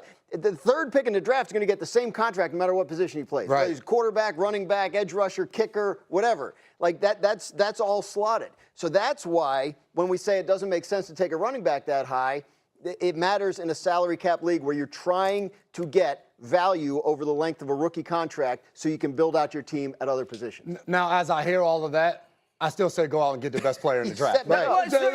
But I wanted everybody to know and hear that. You got to hear both sides. You can't. And You now, got to make a producing stand. now, and now still go get the best player in the Travis draft. Etienne just signed for $50+ million, right? Not guaranteed. I mean, like Travis Etienne would be making less per year than Jeremiah Love if Jeremiah Love's the third pick. So what you're hearing is the debate that's going on inside all of these buildings. Yes. That's exactly what they're James talking Cook about. led the league in rushing. He would be making less per year than You've got Jeremiah coaches Love. right now saying, get me the best player. And you've got aggregators of talent and general managers and people like that saying, but wait a minute, it's got to fit within this and that. And that's in a zero-sum game, which is a hard salary cap. That's the decisions that have to get made. Now, Shefty, here's where this thing gets interesting to me, because now we get into my world, which is I need to know who's going where. So let's live in a world where the quarterback goes one to the Raiders, the Jets take one of the two pass rushers. We have been living in a universe in which the expectation has been the Cardinals would then take whichever of the pass rushers doesn't go second. Yeah. If all of a sudden Jeremiah Love goes off the board 3, then we got ourselves a lot of fast. We have Tennessee at 4, we have the Giants at 5, Cleveland at 6, and Washington at 7. What does all of that mean? One final thought on the Arizona Cardinals. They've used high picks on defensive linemen Darius Robinson, Zaven Collins, Walter Nolan. As good as some of those players might be, how is that working out? It's still an entertainment business, and there's no more entertaining player in this draft than Jeremiah Love. Okay, now let's get past that, and let's say the Cardinals can't trade out, and let's say, for argument's sake, they stick at 3 and take Jeremiah Love. What happens to Tennessee? I think people around the league believe that the Titans might not go pass rusher. And if they're not going pass rusher, then obviously there are a group of players that they could consider at that point in time. You could look at Sonny Styles. You could look at Cornell Tate. You could look at Orville Reese. Could you go in that pass rush mold? Or is there a team that decides it wants to trade up? Does Orville Reese or Bailey get to a certain spot where it's worth it for another team such as the Dallas Cowboys to try to come up to get a pass rusher that many thought would go 2 and 3. All of a sudden, they're there at 4 and 5. Again, if the Titans don't trade out and don't take one of them, I have a hard time imagining the Giants would bypass a pass rusher at 5. If they drafted a pass rusher, you say, well, they've always done that. They could always then look to trade Kayvon Thibodeau, who I think other teams might be eyeing from afar. Don't be surprised, Kayvon Thibodeau, another name. I wouldn't be surprised it comes up, because I'm starting to wonder if some of like we heard about Dexter Lawrence, some of these guys might not want to play with Harbaugh. They might not want to play with Harbaugh. So it wouldn't surprise me if Thibodeau was out of there draft night. It wouldn't surprise me. Now, not for a first, I'm sure, but I wouldn't be surprised.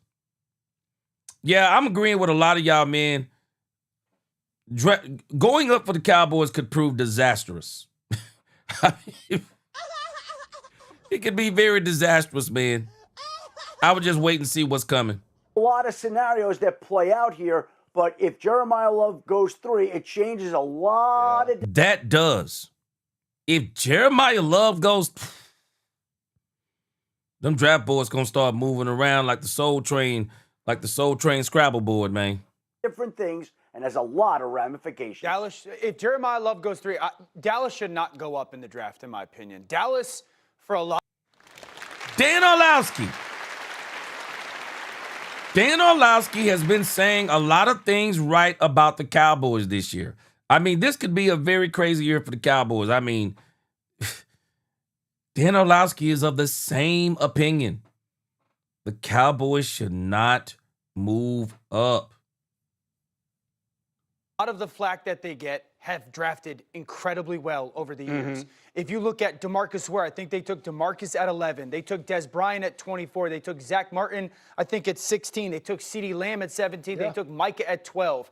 They are not one player away. If they sit there and take 12 and 20, more than likely, giving their track record, they're going to get one really good player and one good player. That's going to change their defense much more than taking all of those assets, going up and getting one maybe great player. They're going to... Dan Orlovsky dropping bombs.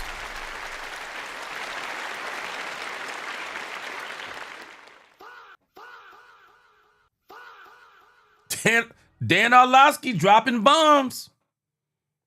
I think that's a very good logic.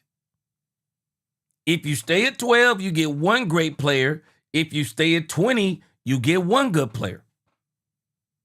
And the thing that the Cowboys have got to be keeping in the back of their minds, we got coaching now. We got Christian Parker. We got Brandon Jordan. We got coaching now. I don't even think the Cowboys necessarily need a David Bailey as much as they need a player that has the potential to be a good pass rusher, because Brandon Jordan is going to have this team rushing the passer better than it's rushed the passer in years. I like it. I like it. Stay where you are. Yeah, Chanel, you said, yeah, he's not an easy coach to play for. He said, true fact, G. Chanel, I'm starting to wonder if some of this is fallout from people not wanting to play for John Harbaugh. I really am. For as much as some people like John Harbaugh, I just heard the wide receiver over there for the Baltimore Ravens talking about that Harbaugh had them in pads, which times have changed because that was nothing back in the days of Jimmy and all those guys. But he had those guys in pads, and he said they were hurt because he had them in pads late in the season. USMC, appreciate that super chat. He said, you know what's funny? He said, all these past drafts, we begged Dallas to go up in the draft, and now we're begging them, please don't. The irony.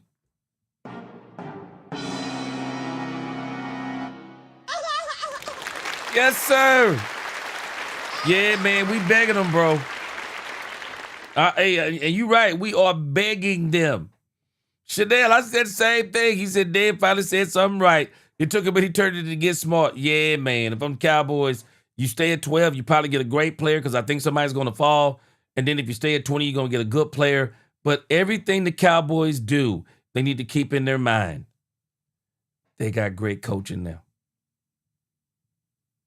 They have great, or at least we assume they're going to have great coaching, just in case my sister Angie is listening. We assume they're going to have great coaching. If you get a great player, a good player, and then whatever we're going to get in the 3, 4, 5, and 7, then let's let the coaching elevate what we get. Derrick Rose, he said, gee, Dan is okay. He's actually making sense for once in his life.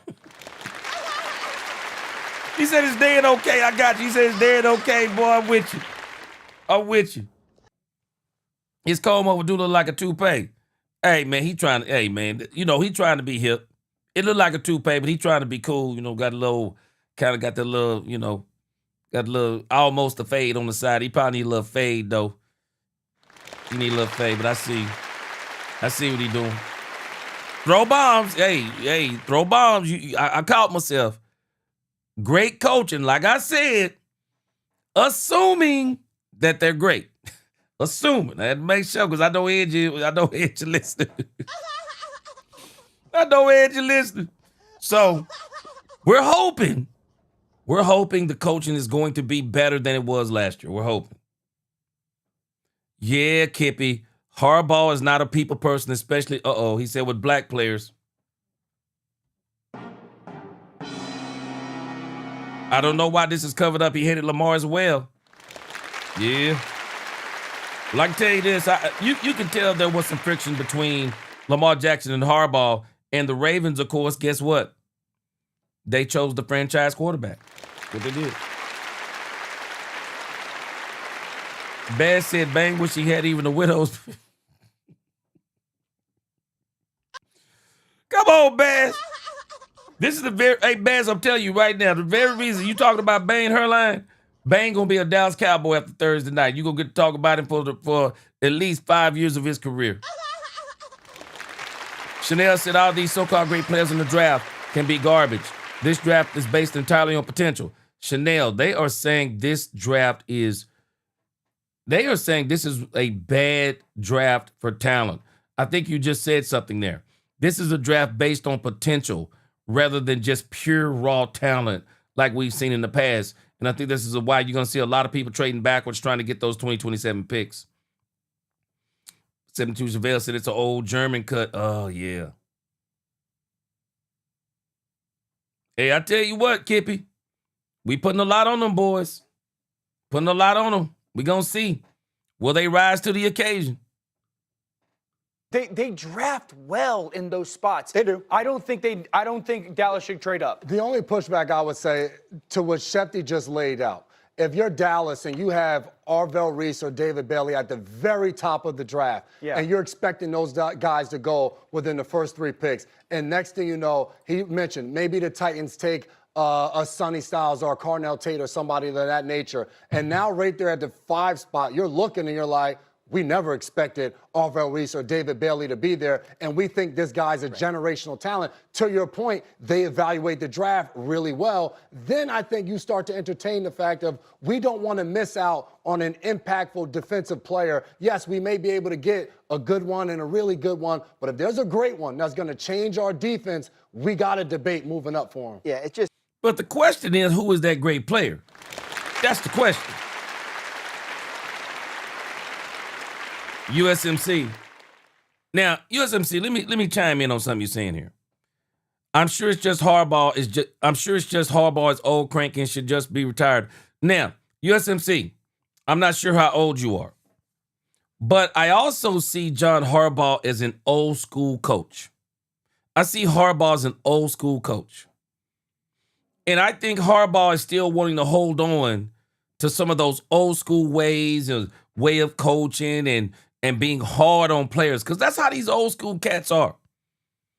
A lot of the older coaches, I mean, y'all remember how Parcells was? I mean, man,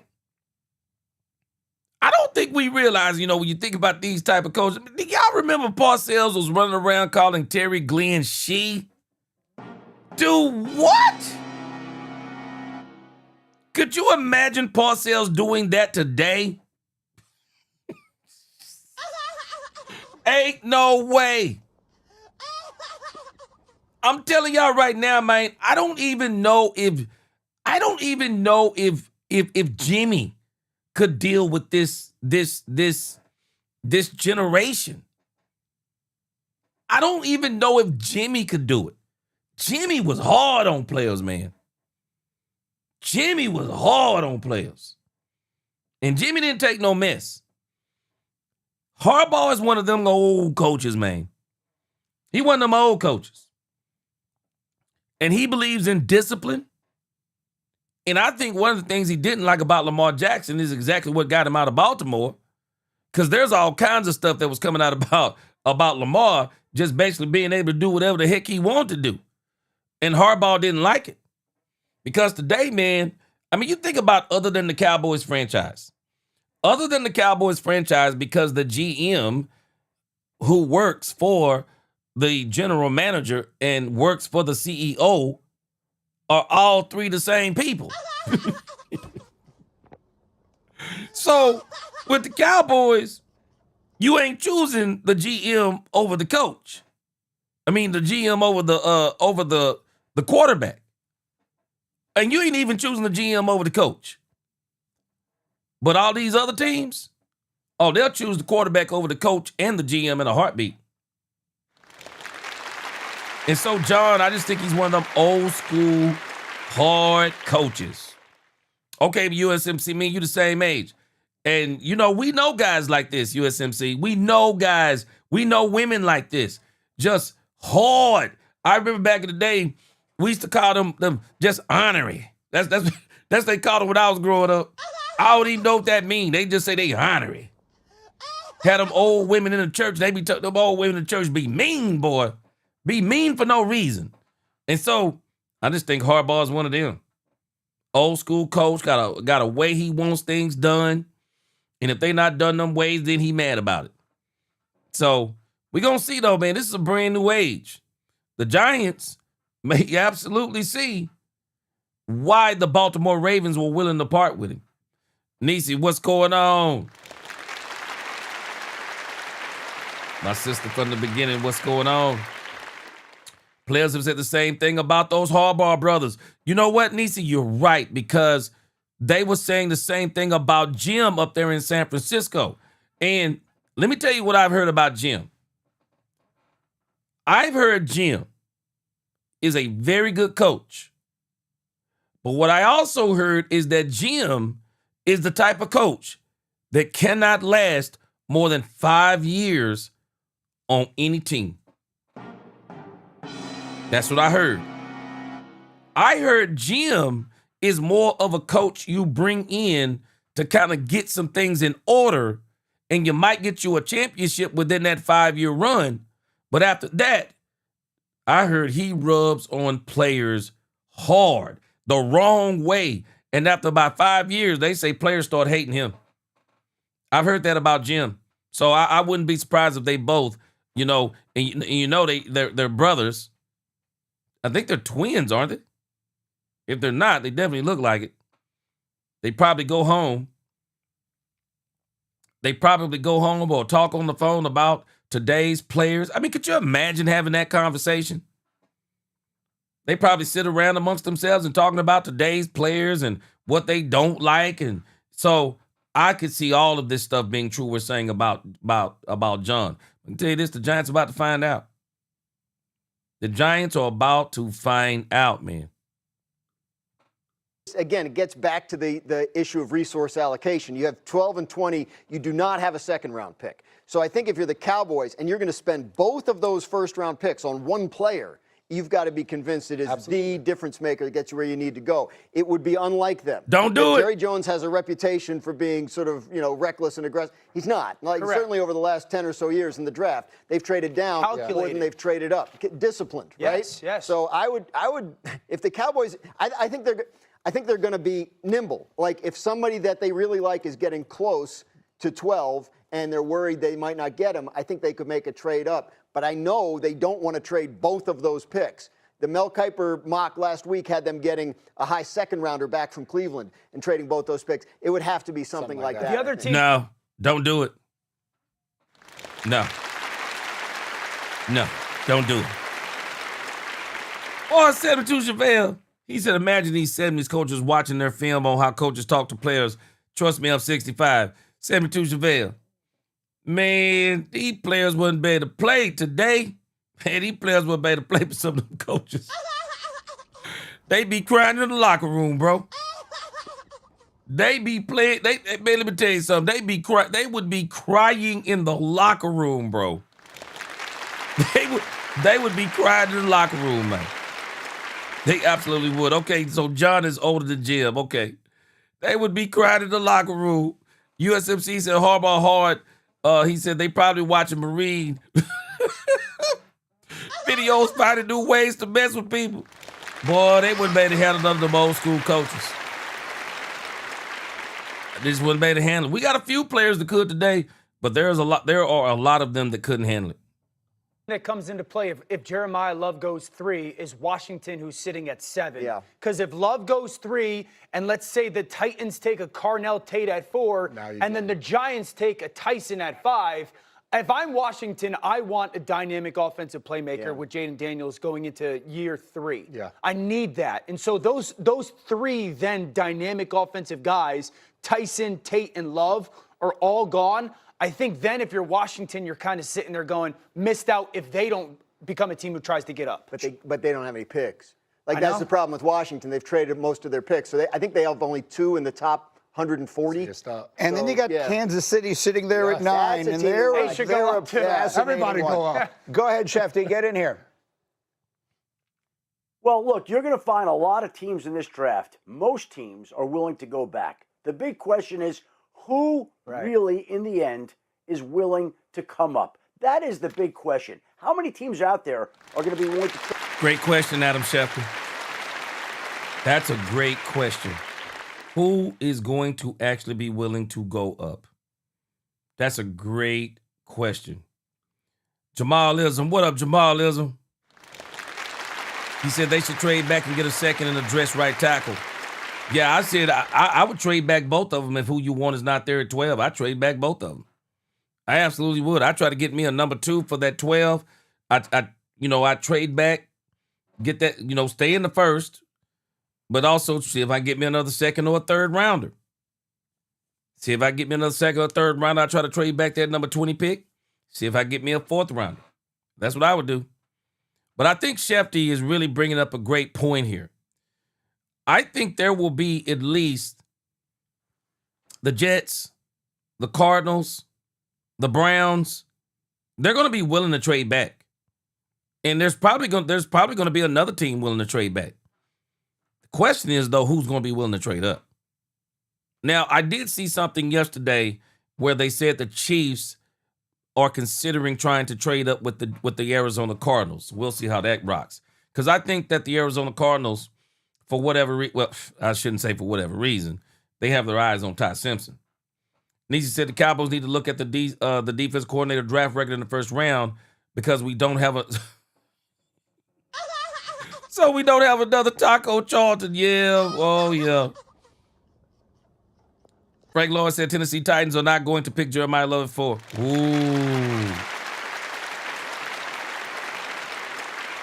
Ooh. Let me tell you something, Frank Lawrence. I know they got Tony Pollard. I think it would be one of the worst mistakes the Tennessee Titans made if they don't pick Jeremiah Love. I'm telling y'all now, man, the Cowboys wouldn't pass on Jeremiah Love. I just think he's one of those players they wouldn't pass on. Now, if the Tennessee Titans don't get Jeremiah Love, I don't think he'll make it past the Commanders. Heck, I think the New York Giants would think twice if Jeremiah Love was there at 5. I think they might think twice. Because I'm going to tell y'all something. I'm not sold on Scatty Boo. I'm not sold on Scatty Boo. Not sold on him. If I were the Giants, he is not going to be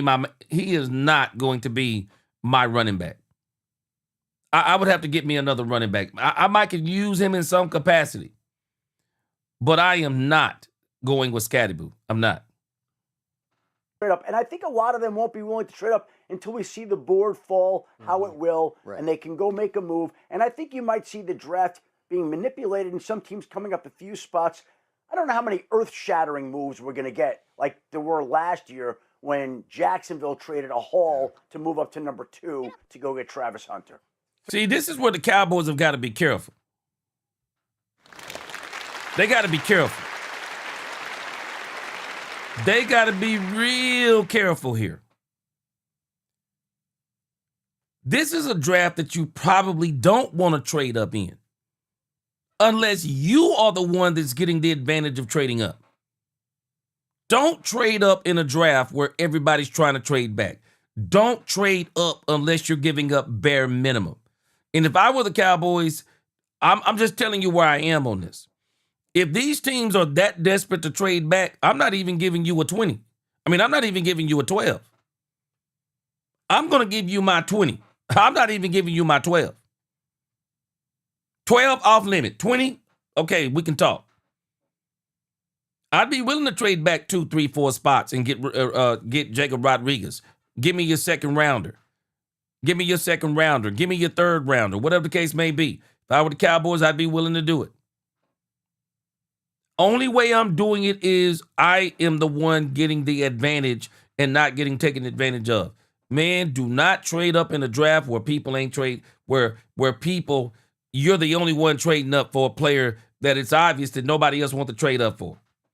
Got to be real careful. What up, Bowie? What up, Sebastian?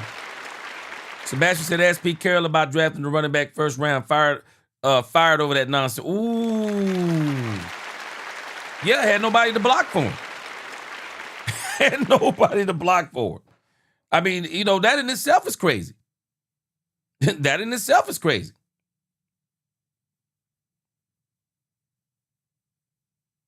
USMC, he said Giants will take Scatty Boo, is probably still suffering from concussions. He needs to stop running into brick walls without a helmet. Not to mention that foot injury he had. Nah. I've seen enough of Scatty Boo. Frank Lawrence said, would you trade 12 and 20 to sit? Now, you know why I wouldn't do it now, Frank Lawrence? Because I don't think you have to. Yeah, I wouldn't trade 12 and 20. I don't think you have to now. I don't think you have to now. See, now I think the Cowboys are in a situation to where, as Shefty is saying, if all these teams are desperate to trade back, well, I'm not giving you 12 and 20. I mean, you really desperate. I mean, you don't get to make the choice. Hey, man, you know, you over here fiending like a crackhead. Here's 20. Here's 20, man. You fiending that bad. Here's 20. That's what I would do if I was Cowboys. Here's 20. 3 is the tipping point. If the Cardinals stay put and take Love, I think then we get movement. Yeah. If somebody goes up to 3, I would imagine it's for Jeremiah Love. That's going to be like the tipping point for me. I mean, it could be for the edge. You know, the funny thing is, Frank Lawrence, I think that Dan Orlovsky just made sense once again. I mean, a dead clock is right twice a day. Well, Dan Orlovsky has hit both of these times, bro. Dan Orlovsky done hit both of these times. Jeremiah Love is probably the only player that I would be willing to trade up for. But we don't need a running back. So if I'm one of those teams that want to trade up, Jeremiah Love is the player that changes life for you. The rest of them, you're hoping they will. But I've said this for 2 years now. There is no position that translates quicker to the NFL than running back. You've been running your whole life. Run, Forrest, run. You've been running your whole life.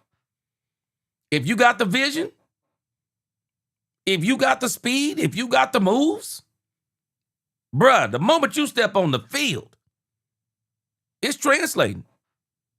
It is translating.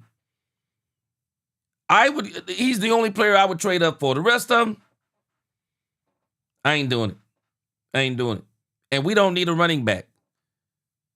He'd have to fall to the Cowboys in order for the Cowboys not to pass it. But I don't think he's going to fall to the Cowboys.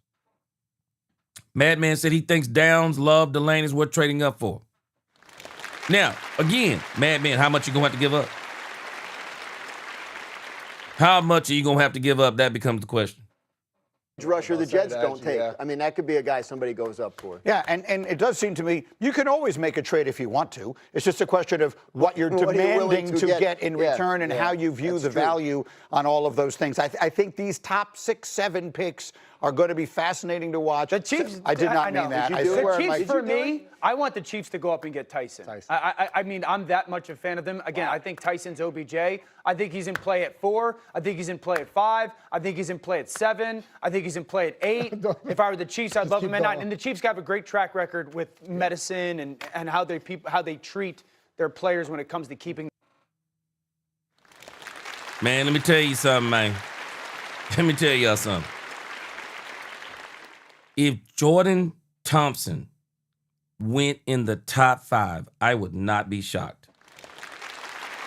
I would not be shocked. This young man's draft stock has risen. So, man, I'm telling you, if this man was on the stock market, I would be telling everybody. I would be telling everybody to buy that stock because this man's stock is rising like crazy.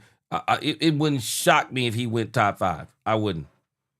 But Bass, I'm with it. If I'm the Cowboys, I'm going to stand pat because somebody's going to fall to you. You can't have them all, so I'm going to stand pat. Man. Let me give y'all this last topic. Man, y'all are about to be blown away. I ran across this on accident.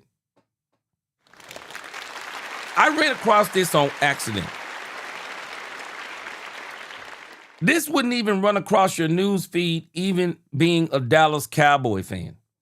But because I have my other channel and I'm always kind of looking at other things, you know, coming up, trying to come up with content over there. Troy Aikman. Obviously on the same day when he was in his feelings talking about Dak Prescott, Troy Aikman also gave an interview. I guess he was or maybe he just wearing the same clothes and he's sitting in the same spot. Maybe he just wearing the same clothes, sitting in the same spot. But it looks like the same day he had that interview on Channel 8 or whatever it was, and he over there talking about Dak Prescott's pay. He gave an interview to Travis Kelce and his brother. And they have a podcast over there. Now, I don't necessarily listen to it. But when I ran across the podcast, Troy Aikman's face was sitting on the thumbnail. What do you think? And I'm like, wait a minute. Troy Aikman is talking to the Kelce brothers? It's called the New Heights. It's on the New Heights YouTube channel.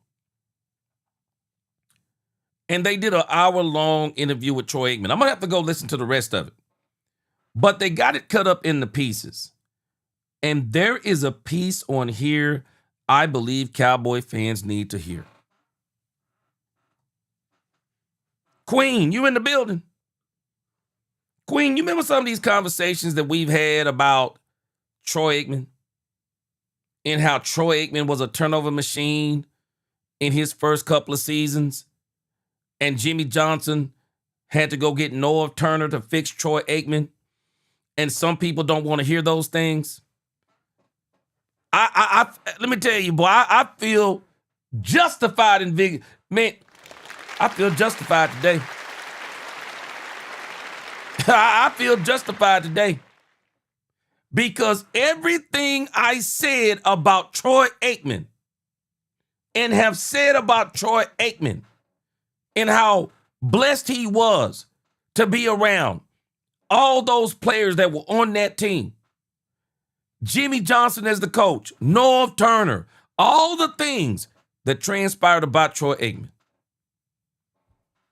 Troy Aikman confessed these things with his own mouth. I love it. I'm sorry, man. I got to build up the drama, bro. I got to build up the drama. Give me a moment.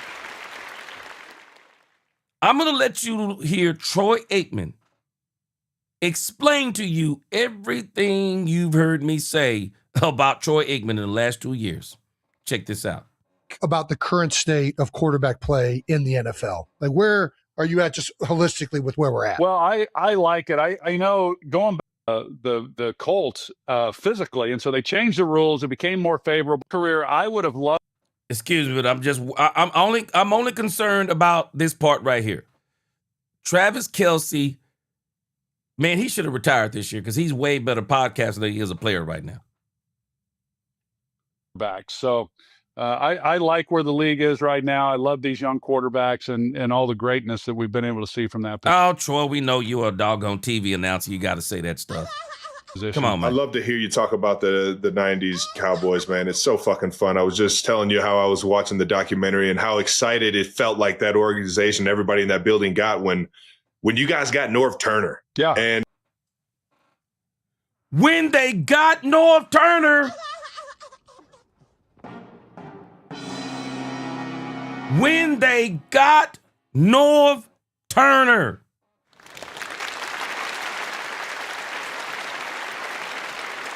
When they got Norv Turner. I think I'm really just I'm curious, what was it about Norv's style and it really being suited for you? Because you kind of had that different world, a lot of like rough games and a lot of learning experiences through those first couple of years. There's so many quarterbacks that come into this game that came in as high draft picks, high expectations, and then it just never quite happens for them. And my first 2 years in Dallas, I was on that path. I was on the path of being a bust. We were.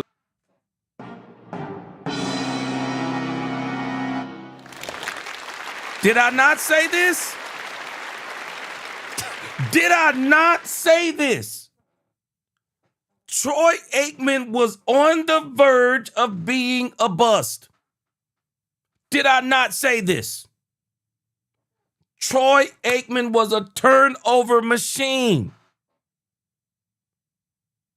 Troy Aikman almost lost that job in that third season. Troy Aikman almost lost that job. They brought in Norv Turner to fix Troy Aikman. You just heard him with his own mouth. There are people who were arguing against me on this. Oh, no, you just hating on Troy, and Troy is this.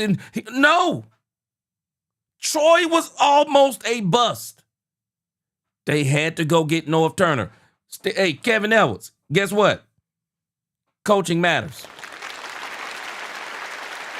Coaching matters.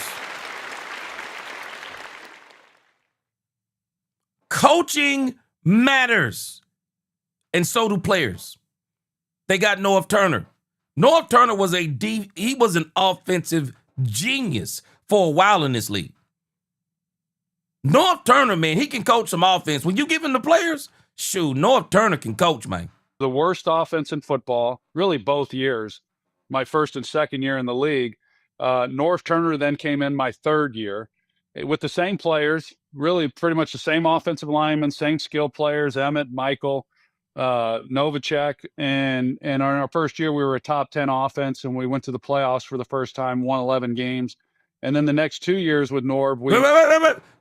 Hold on a second, Troy. Hold on a second, Troy. Oh, don't let that slip, Troy. Your first year, y'all won 11 games. Troy, how many of those games did you win? Boy, I wish he would tell this story in detail, y'all. How many of those games did you win, Troy? Because if I'm not mistaken, am I missing it? I think the quarterback was Steve Berline.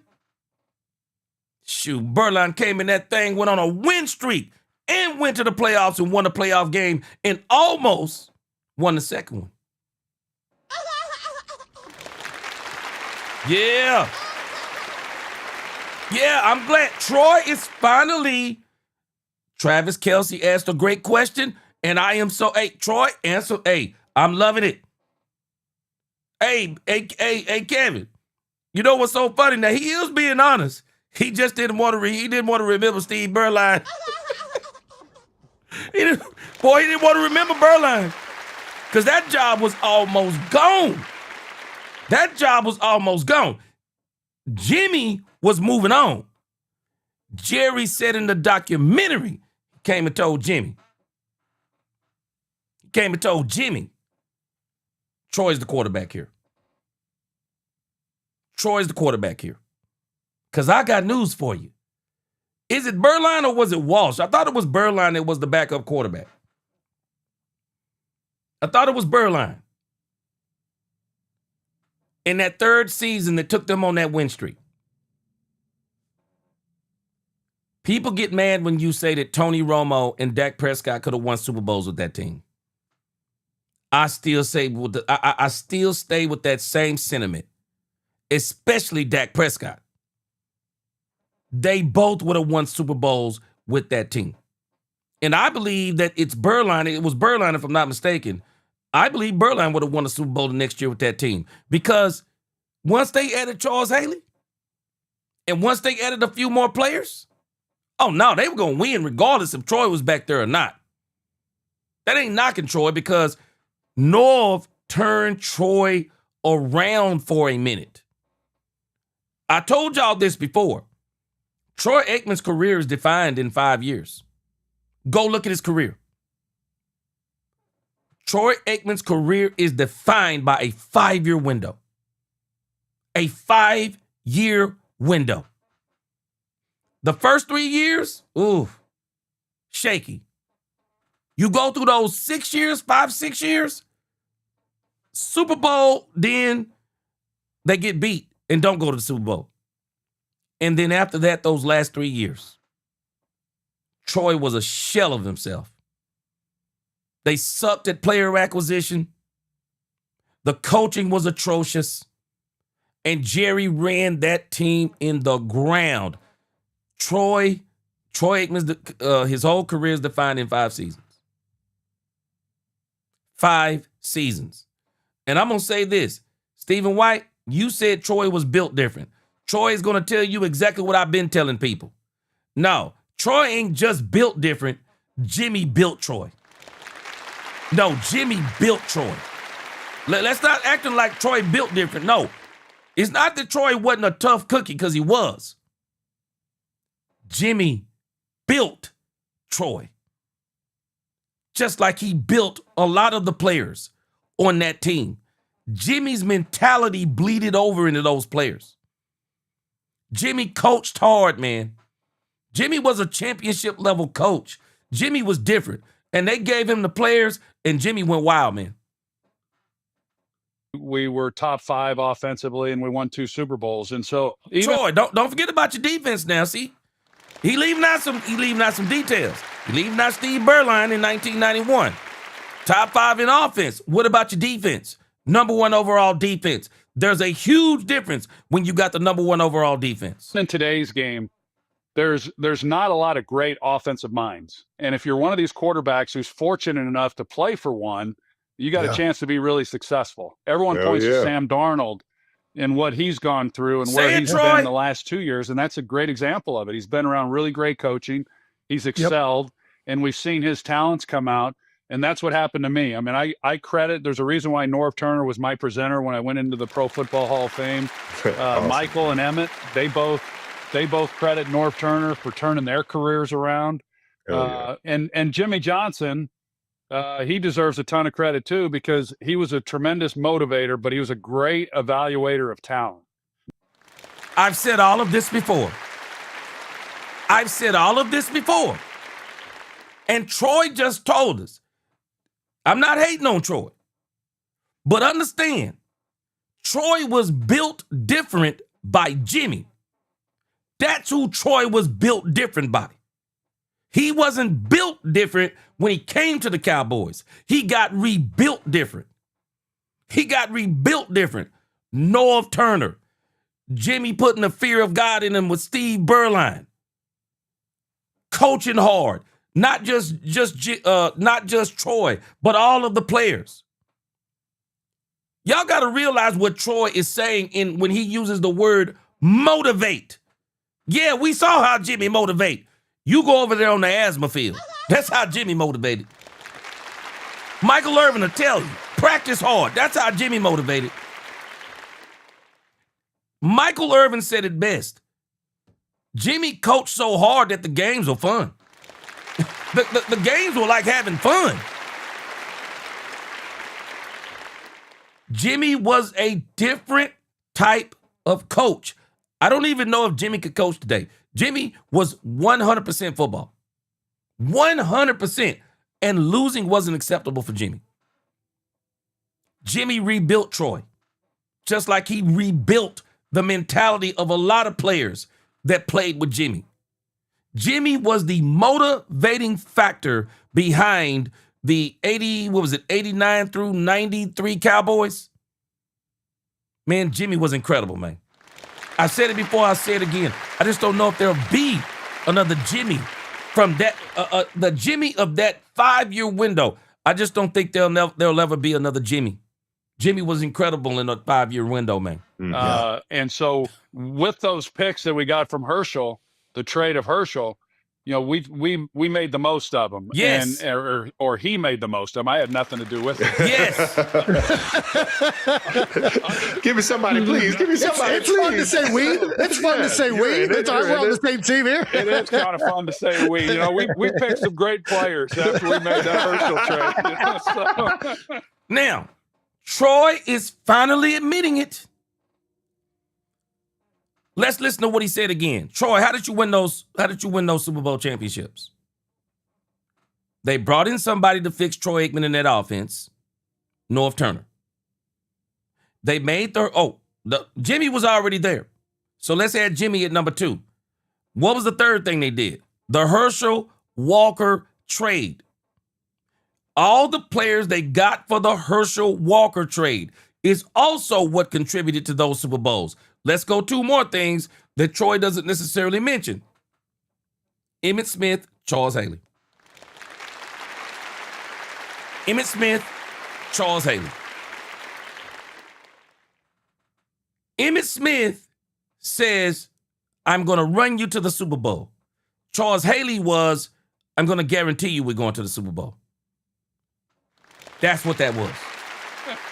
But yeah, Day once that was great too, Glenn. And just as fun as it was, then Jimmy left, and it just goes to show you that, man, there's a lot that goes into having success, and when you have it, don't screw it up. Now, Stephen White, this is what you're hitting on. See, this is why I think Troy's bitter at Jerry. You heard what he just said? When you get it right, don't screw it up. You know what he's basically saying? Jerry screwed it up. And I think this is why Troy has been bitter at Jerry in that front office since 1993. He's been bitter with Jerry since 1993, basically 1994, when he didn't bring Jimmy back for the 1994 season. Troy's been bitter. I don't blame him. I believe that Jimmy was good enough. I believe that team was good enough.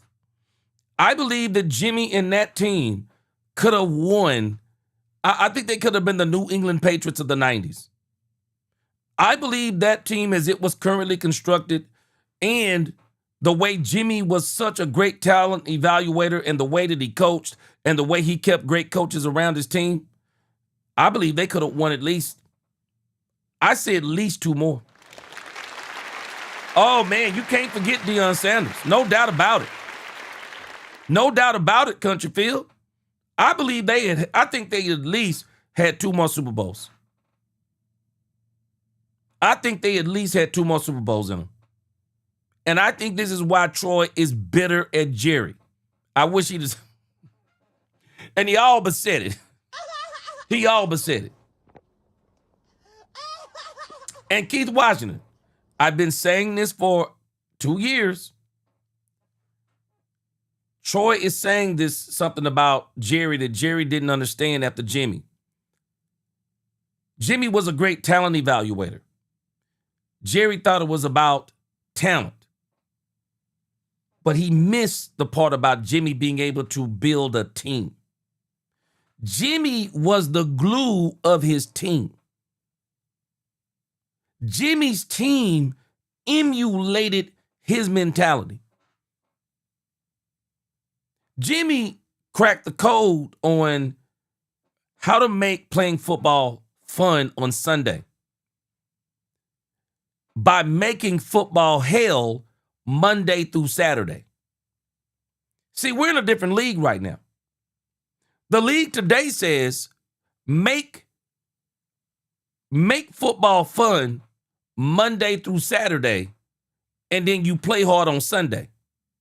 That wasn't Jimmy's mentality. No. I'm going to make football hell Monday through Saturday. You're going to give me everything you got Monday through Saturday. But on Sunday, you're going to have fun because everything we practice, you're going to put it out there on the field and we're going to win. And we're not only going to win, we're going to win big. And this is what they really loved about Jimmy. And when you win big, you party hard. You party all you want to. You do what you want to do after you win because winners deserve the spoils. We're in a different society today. They say you deserve the spoils before you get the wins. That is not how Jimmy thought. That mentality bled into those players, and that's what Troy is explaining.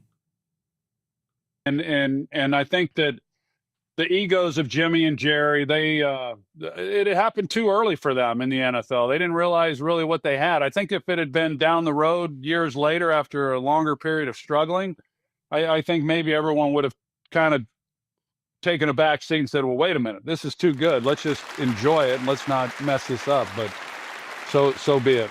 Yeah, the perspective. Now, that's the only point I want you to hear. And let me tell you, Troy just made a PowerPoint right there. He just made a PowerPoint right there.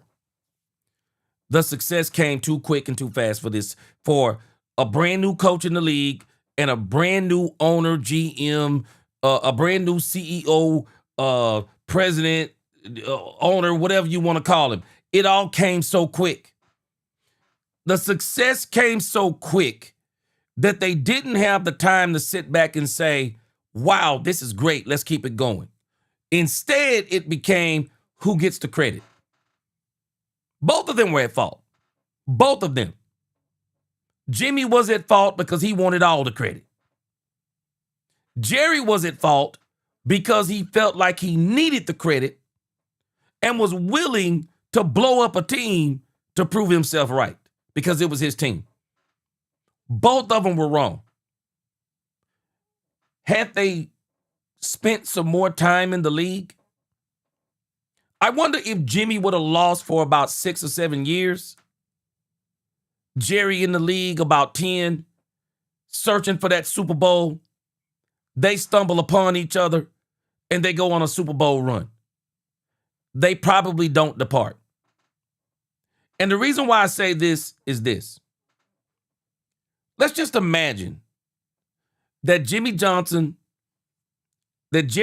has been unsuccessful for 30 years. Let's imagine this. He's been unsuccessful for 31 years. He gets Jimmy Johnson. And I agree with Brandy. Jimmy would probably be in jail today. But if he could operate under the rules, Brandy, Jerry brings in Jimmy after being in this league for 30 years and being unsuccessful. Brings in Jimmy. Jimmy builds the team. Similar to the way Jerry is allowing Shotty to have some input into the team now and build it. Jimmy builds the team. They win 1 Super Bowl. They win 2 Super Bowls. They don't win the 3rd one. They win the 4th one. Because Jerry would have lacked so much success over 31 years. I don't think Jerry would let go of a Jimmy Johnson today. I don't. I think because Jerry would realize how hard it is to win and go back to the Super Bowl, I think because he would realize that he wouldn't let go of a coach like a Jimmy Johnson today who would win 3 out of 4 Super Bowls. He wouldn't do that today. But what Jerry thought back then, and this is where Jerry was naive, Jerry, like many, think that once you go to a Super Bowl, it's easy to go back. But people don't understand how hard it is to go back and how hard it is even when these teams win multiple Super Bowls. Man, that is a Herculean effort where you have kept a lot of players. You've made a lot of smart moves. There are some things that have worked in your favor. Think about some of the calls the New England Patriots have gotten over the years that helped them win some of those games. There are so many things that have to go right. But Jerry, I believe, thought it was automatic. And because he watched how Jimmy did it so methodically, that he thought he could do it too. But where Jerry was so disingenuous, Jimmy divorced his wife, moved into the facility, and was football 365 days a year. Jerry couldn't do what Jimmy did because Jerry was still worried about his businesses, still worried about all the side stuff, trying to promote the NFL, trying to work all these endorsement deals. Jerry spread himself thin. Jimmy was the perfect coach for an owner like Jerry Jones, and Jerry didn't realize that.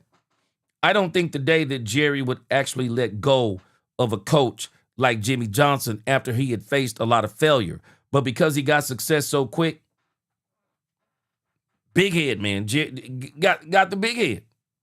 It makes all the difference. I remember 2017 when we went on to win the Super Bowl that year. Brent, we had a really good team. We could all sense in training camp. You just know when you got the roster, everything's clicking. And Brent Selleck stood up in front of the guys and said, guys, I went to the NFC Championship game my rookie year, and we lost. And I was like, we'll be back there next year. It's been 10 years since I've been back to that game. Yeah. He's like, you don't know how hard it is to get there. And when you got it, to take advantage of it. And that was it's launched the season. It really had us take it off. But I mean, the perspective you don't really know until you have been through it and you've seen the downturn. You realize how special it is to have all those pieces in place. Let me ask you this. See, powerful point. Powerful point. It's a very powerful point. They had so much success fast, they didn't realize how special that team was. They had so much success fast that they didn't realize how rare it was to be doing what they were doing. The Cowboys were running over teams. I wish some of y'all who are younger, I wish y'all could have actually witnessed how great the Cowboys were in the 90s. I just, you film don't do a team that was that good justice. I want y'all to experience it. I want this year and next year to be a Super Bowl year for the Cowboys. And to see, because we already got that dominant offense. Can we get that dominant defense? I want y'all to see what it looks like when you have a team that is so bleeping dominant that you know every time you step on the football field, you're beating that team. It don't matter who they put in front of you. You beating that team because the only way you lose is that you make a mistake. But other than that, I want y'all to see what it feels like to be the fan of a team that you know in reality nobody can beat. After 1992, every Cowboy fan expected Super Bowls. Not a Super Bowl, Super Bowls. We didn't know we were going to win in 1992, but I'm going to tell you what every Cowboy fan who's old enough to remember knew in 1993. We were going again. We all knew we were going again. We knew we were going to the Super Bowl again in 1993. And after the 1993 season, it shocked all of us when Jerry didn't bring Jimmy back. I remember when I first heard the news that Jimmy wasn't coming back, I thought it was fake news. Because we didn't have the internet like we do today. I thought it was fake news. I thought they were lying because, you didn't have that immediate news cycle where you got all these different social media places reporting on it. I thought it was fake news. But then when all the news outlets started reporting on it, I was like, wait a minute, this is real. But the Cowboys were so dominant. We still thought the Cowboys were going to win in 94. And for all the Cowboy fans here who are old enough to remember, who agrees with this next statement? I believe if the 49ers don't get Deion Sanders in that 1994 season, I think we still win. I think we still go to the Super Bowl and win. Deion Sanders was a force multiplier, man. People do not realize how great Deion Sanders was. Deion was a force multiplier. He pushed the San Francisco 49ers over the top to get to that 1994 Super Bowl. And had Deion Sanders not went to the 49ers, even without Jimmy, I think we would have won in 1994. I absolutely think we would have won in 1994. Because when Jerry went and got Deion in 1995 season, guess what? We turned right around again and we won the Super Bowl. Now, again, those of us who are old enough to remember. But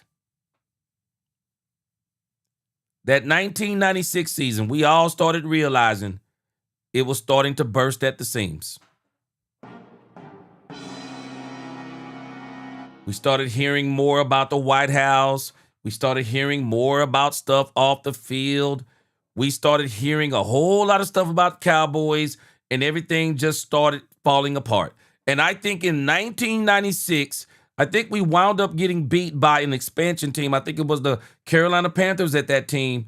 At that time. And I think a lot of us kind of knew going into that playoff game, we probably were not going to win. And I think a lot of us knew, the dynasty was over. But Man, I am telling y'all, man, the 1990s Cowboys from 92 to 95, they were incredible.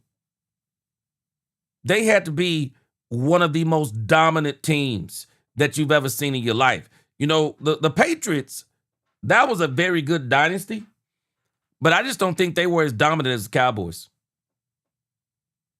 The Patriots, I mean, we've seen some ugly Super Bowls by them. I mean, we've seen some ugly ones.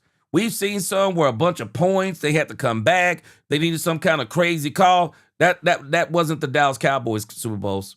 No. The Cowboys Super Bowls were dominance. They were dominance. We dominated teams.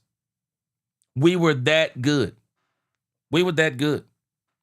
And so, again, man, I really appreciate that interview that Troy Aikman gave because, you know, you haven't really heard anybody talk that candid about about the Cowboys of the 90s. I mean, not like that. I mean, he really gave some insight.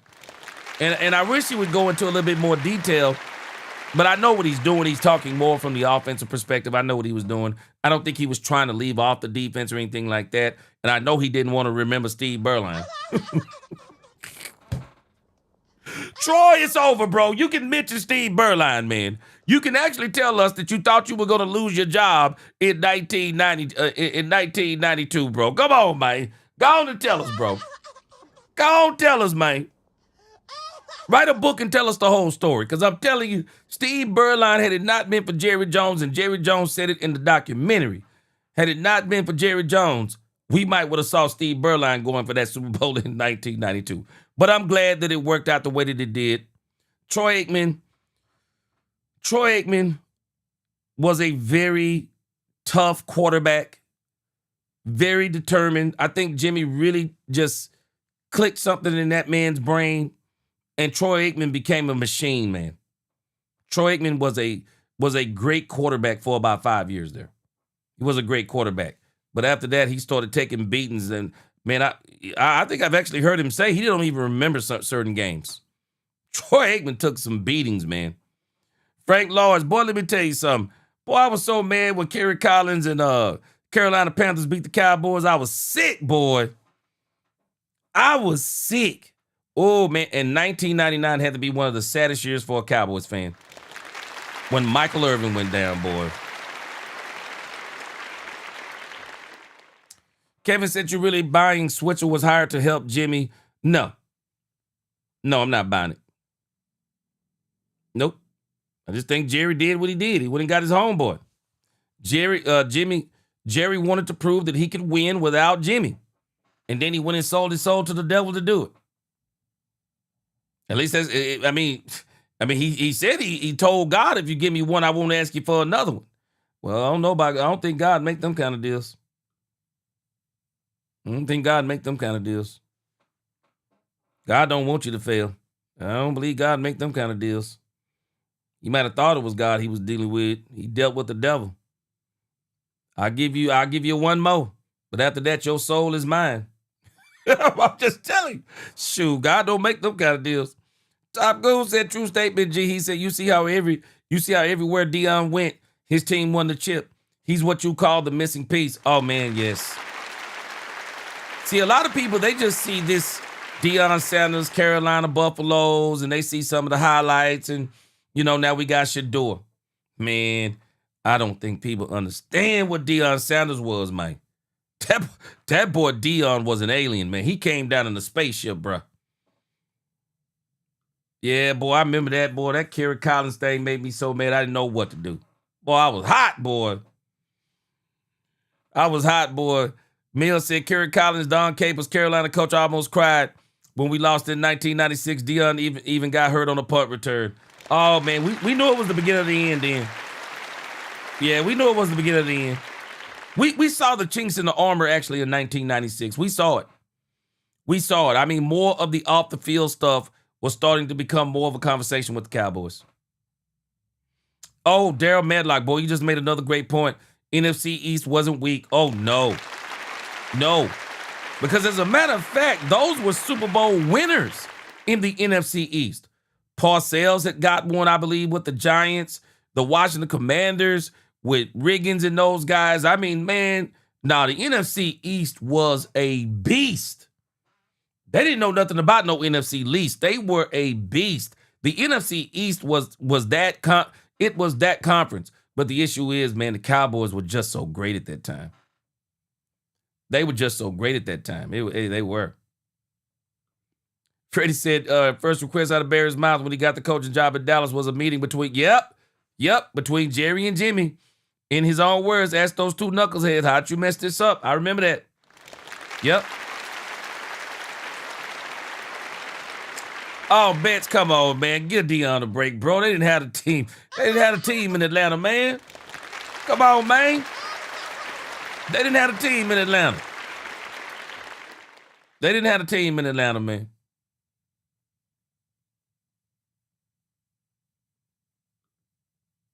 Rodney said, oh, yeah, I'm not disagreeing with you. Now, I want you to just understand how powerful it is what you just said, Rodney Evans. You said they went to the playoffs with Berline. 8 men got hurt, and it was rolling before Berline stepped in. Now, you said they were rolling before. No, they wasn't rolling before they stepped in actuality, Rodney. Because if I'm not mistaken, when Steve Berline took over in 1991, the Dallas Cowboys, if I'm not mistaken, I think they were somewhere around 7-5. I don't know if you call that rolling. And Troy Aikman was still struggling somewhat too in 1991. Troy was still struggling. What up with them boys? Troy was still struggling a little bit. And that's one of the reasons why Jimmy was ready to move on with Berline. He was.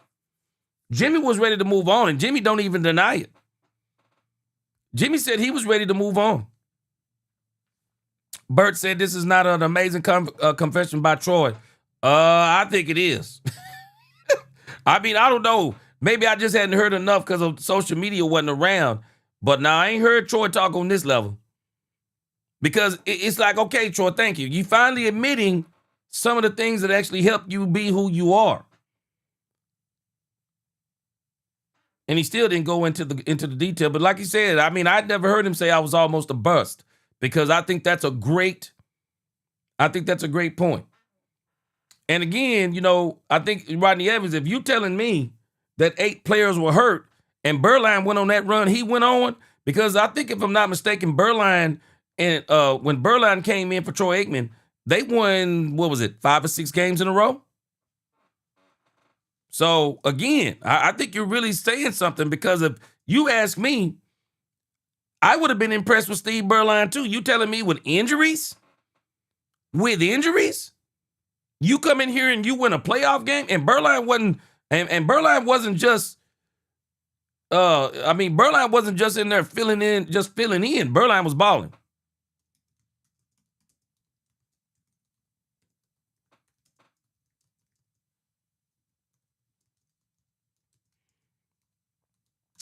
Yeah, Berline was balling. And, I don't know if y'all remember the documentary, but Berline said something very interesting. Berline said something very interesting about himself. Berline said that the team was gravitating towards him in that 4-game winning streak, and that Berline fit Jimmy's persona better than Troy. Because one thing we know about Troy's very stoic. So really, man, just sometimes looking at Troy, you don't even know if he's happy or not. I mean, that's the kind of person Troy Aikman is. Very serious individual. But Steve Berline, he fit that persona of Jimmy. Jimmy played hard, practiced hard. But if you go back and look at how Jimmy allowed that Miami Hurricane team to carry themselves, man, Jimmy told that team, let it all hang out, man. I don't care what, gold chains, swag. Jimmy said, whatever swag you got, let that swag go. Show everybody that swag because we are that good. And so Beuerlein fit that persona of Jimmy because he was a hyped up type of guy, rah-rah guy. Every time he make a big play, real excited. 1991, they were 7-5 when Beuerlein came as the quarterback. They won their last 4 games, and they won that playoff game in 1991. I'm just telling you, man, football is a cutthroat sport. I don't think anybody would have blinked had Steve Beuerlein taken Troy Aikman's place. I don't think anybody would have blinked after what he did at the end of the season in 1991 and won that playoff game. I don't think anybody blinks. Now, in hindsight, everybody blinking. I mean, everybody blinking in hindsight because it's Troy Aikman. Hall of Famer, 3-time Super Bowl winning, Super Bowl MVP, Troy Aikman. Yeah, we all blinking now because hindsight is 2020. But at that time, had they moved on from Troy Aikman and Steve Beuerlein would have became the quarterback, none of us would have blinked. And if they would have got a Super Bowl in 1992, which I believe they would have because the defense, Troy didn't change the defense. They still probably would have been the number 1 overall defense. I think Steve Beuerlein on that team would have won games also. They'd have won games also. Beuerlein wins a Super Bowl with the Cowboys and nobody would have ever thought twice about Troy Aikman. Of course, now we do because hindsight is 2020. Glenn Harrison said Troy was Jerry's pick. Oh, no doubt about it. And Jerry made that clear in the documentary. Cowboys fans, we are 3 days away. We are 3 days away. By this time, Thursday, we are going to know who was the number 12 pick for the Dallas Cowboys. Man, I am excited. I am excited. It's Super Bowl season for me. It's time for the Cowboys to get it. I don't think Christian Parker's going to, not putting that pressure on Christian Parker to take the Cowboys to a top 10 defense. But Christian Parker, Brandon Jordan, Brian Schottenheimer, can you just get the defense to 23? 23! If you can get this defense to 23, we in them playoffs, man.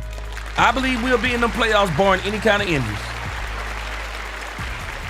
Barring any kind of injuries, we in there, man. We are in there. Come on, man. Come on. I'm excited.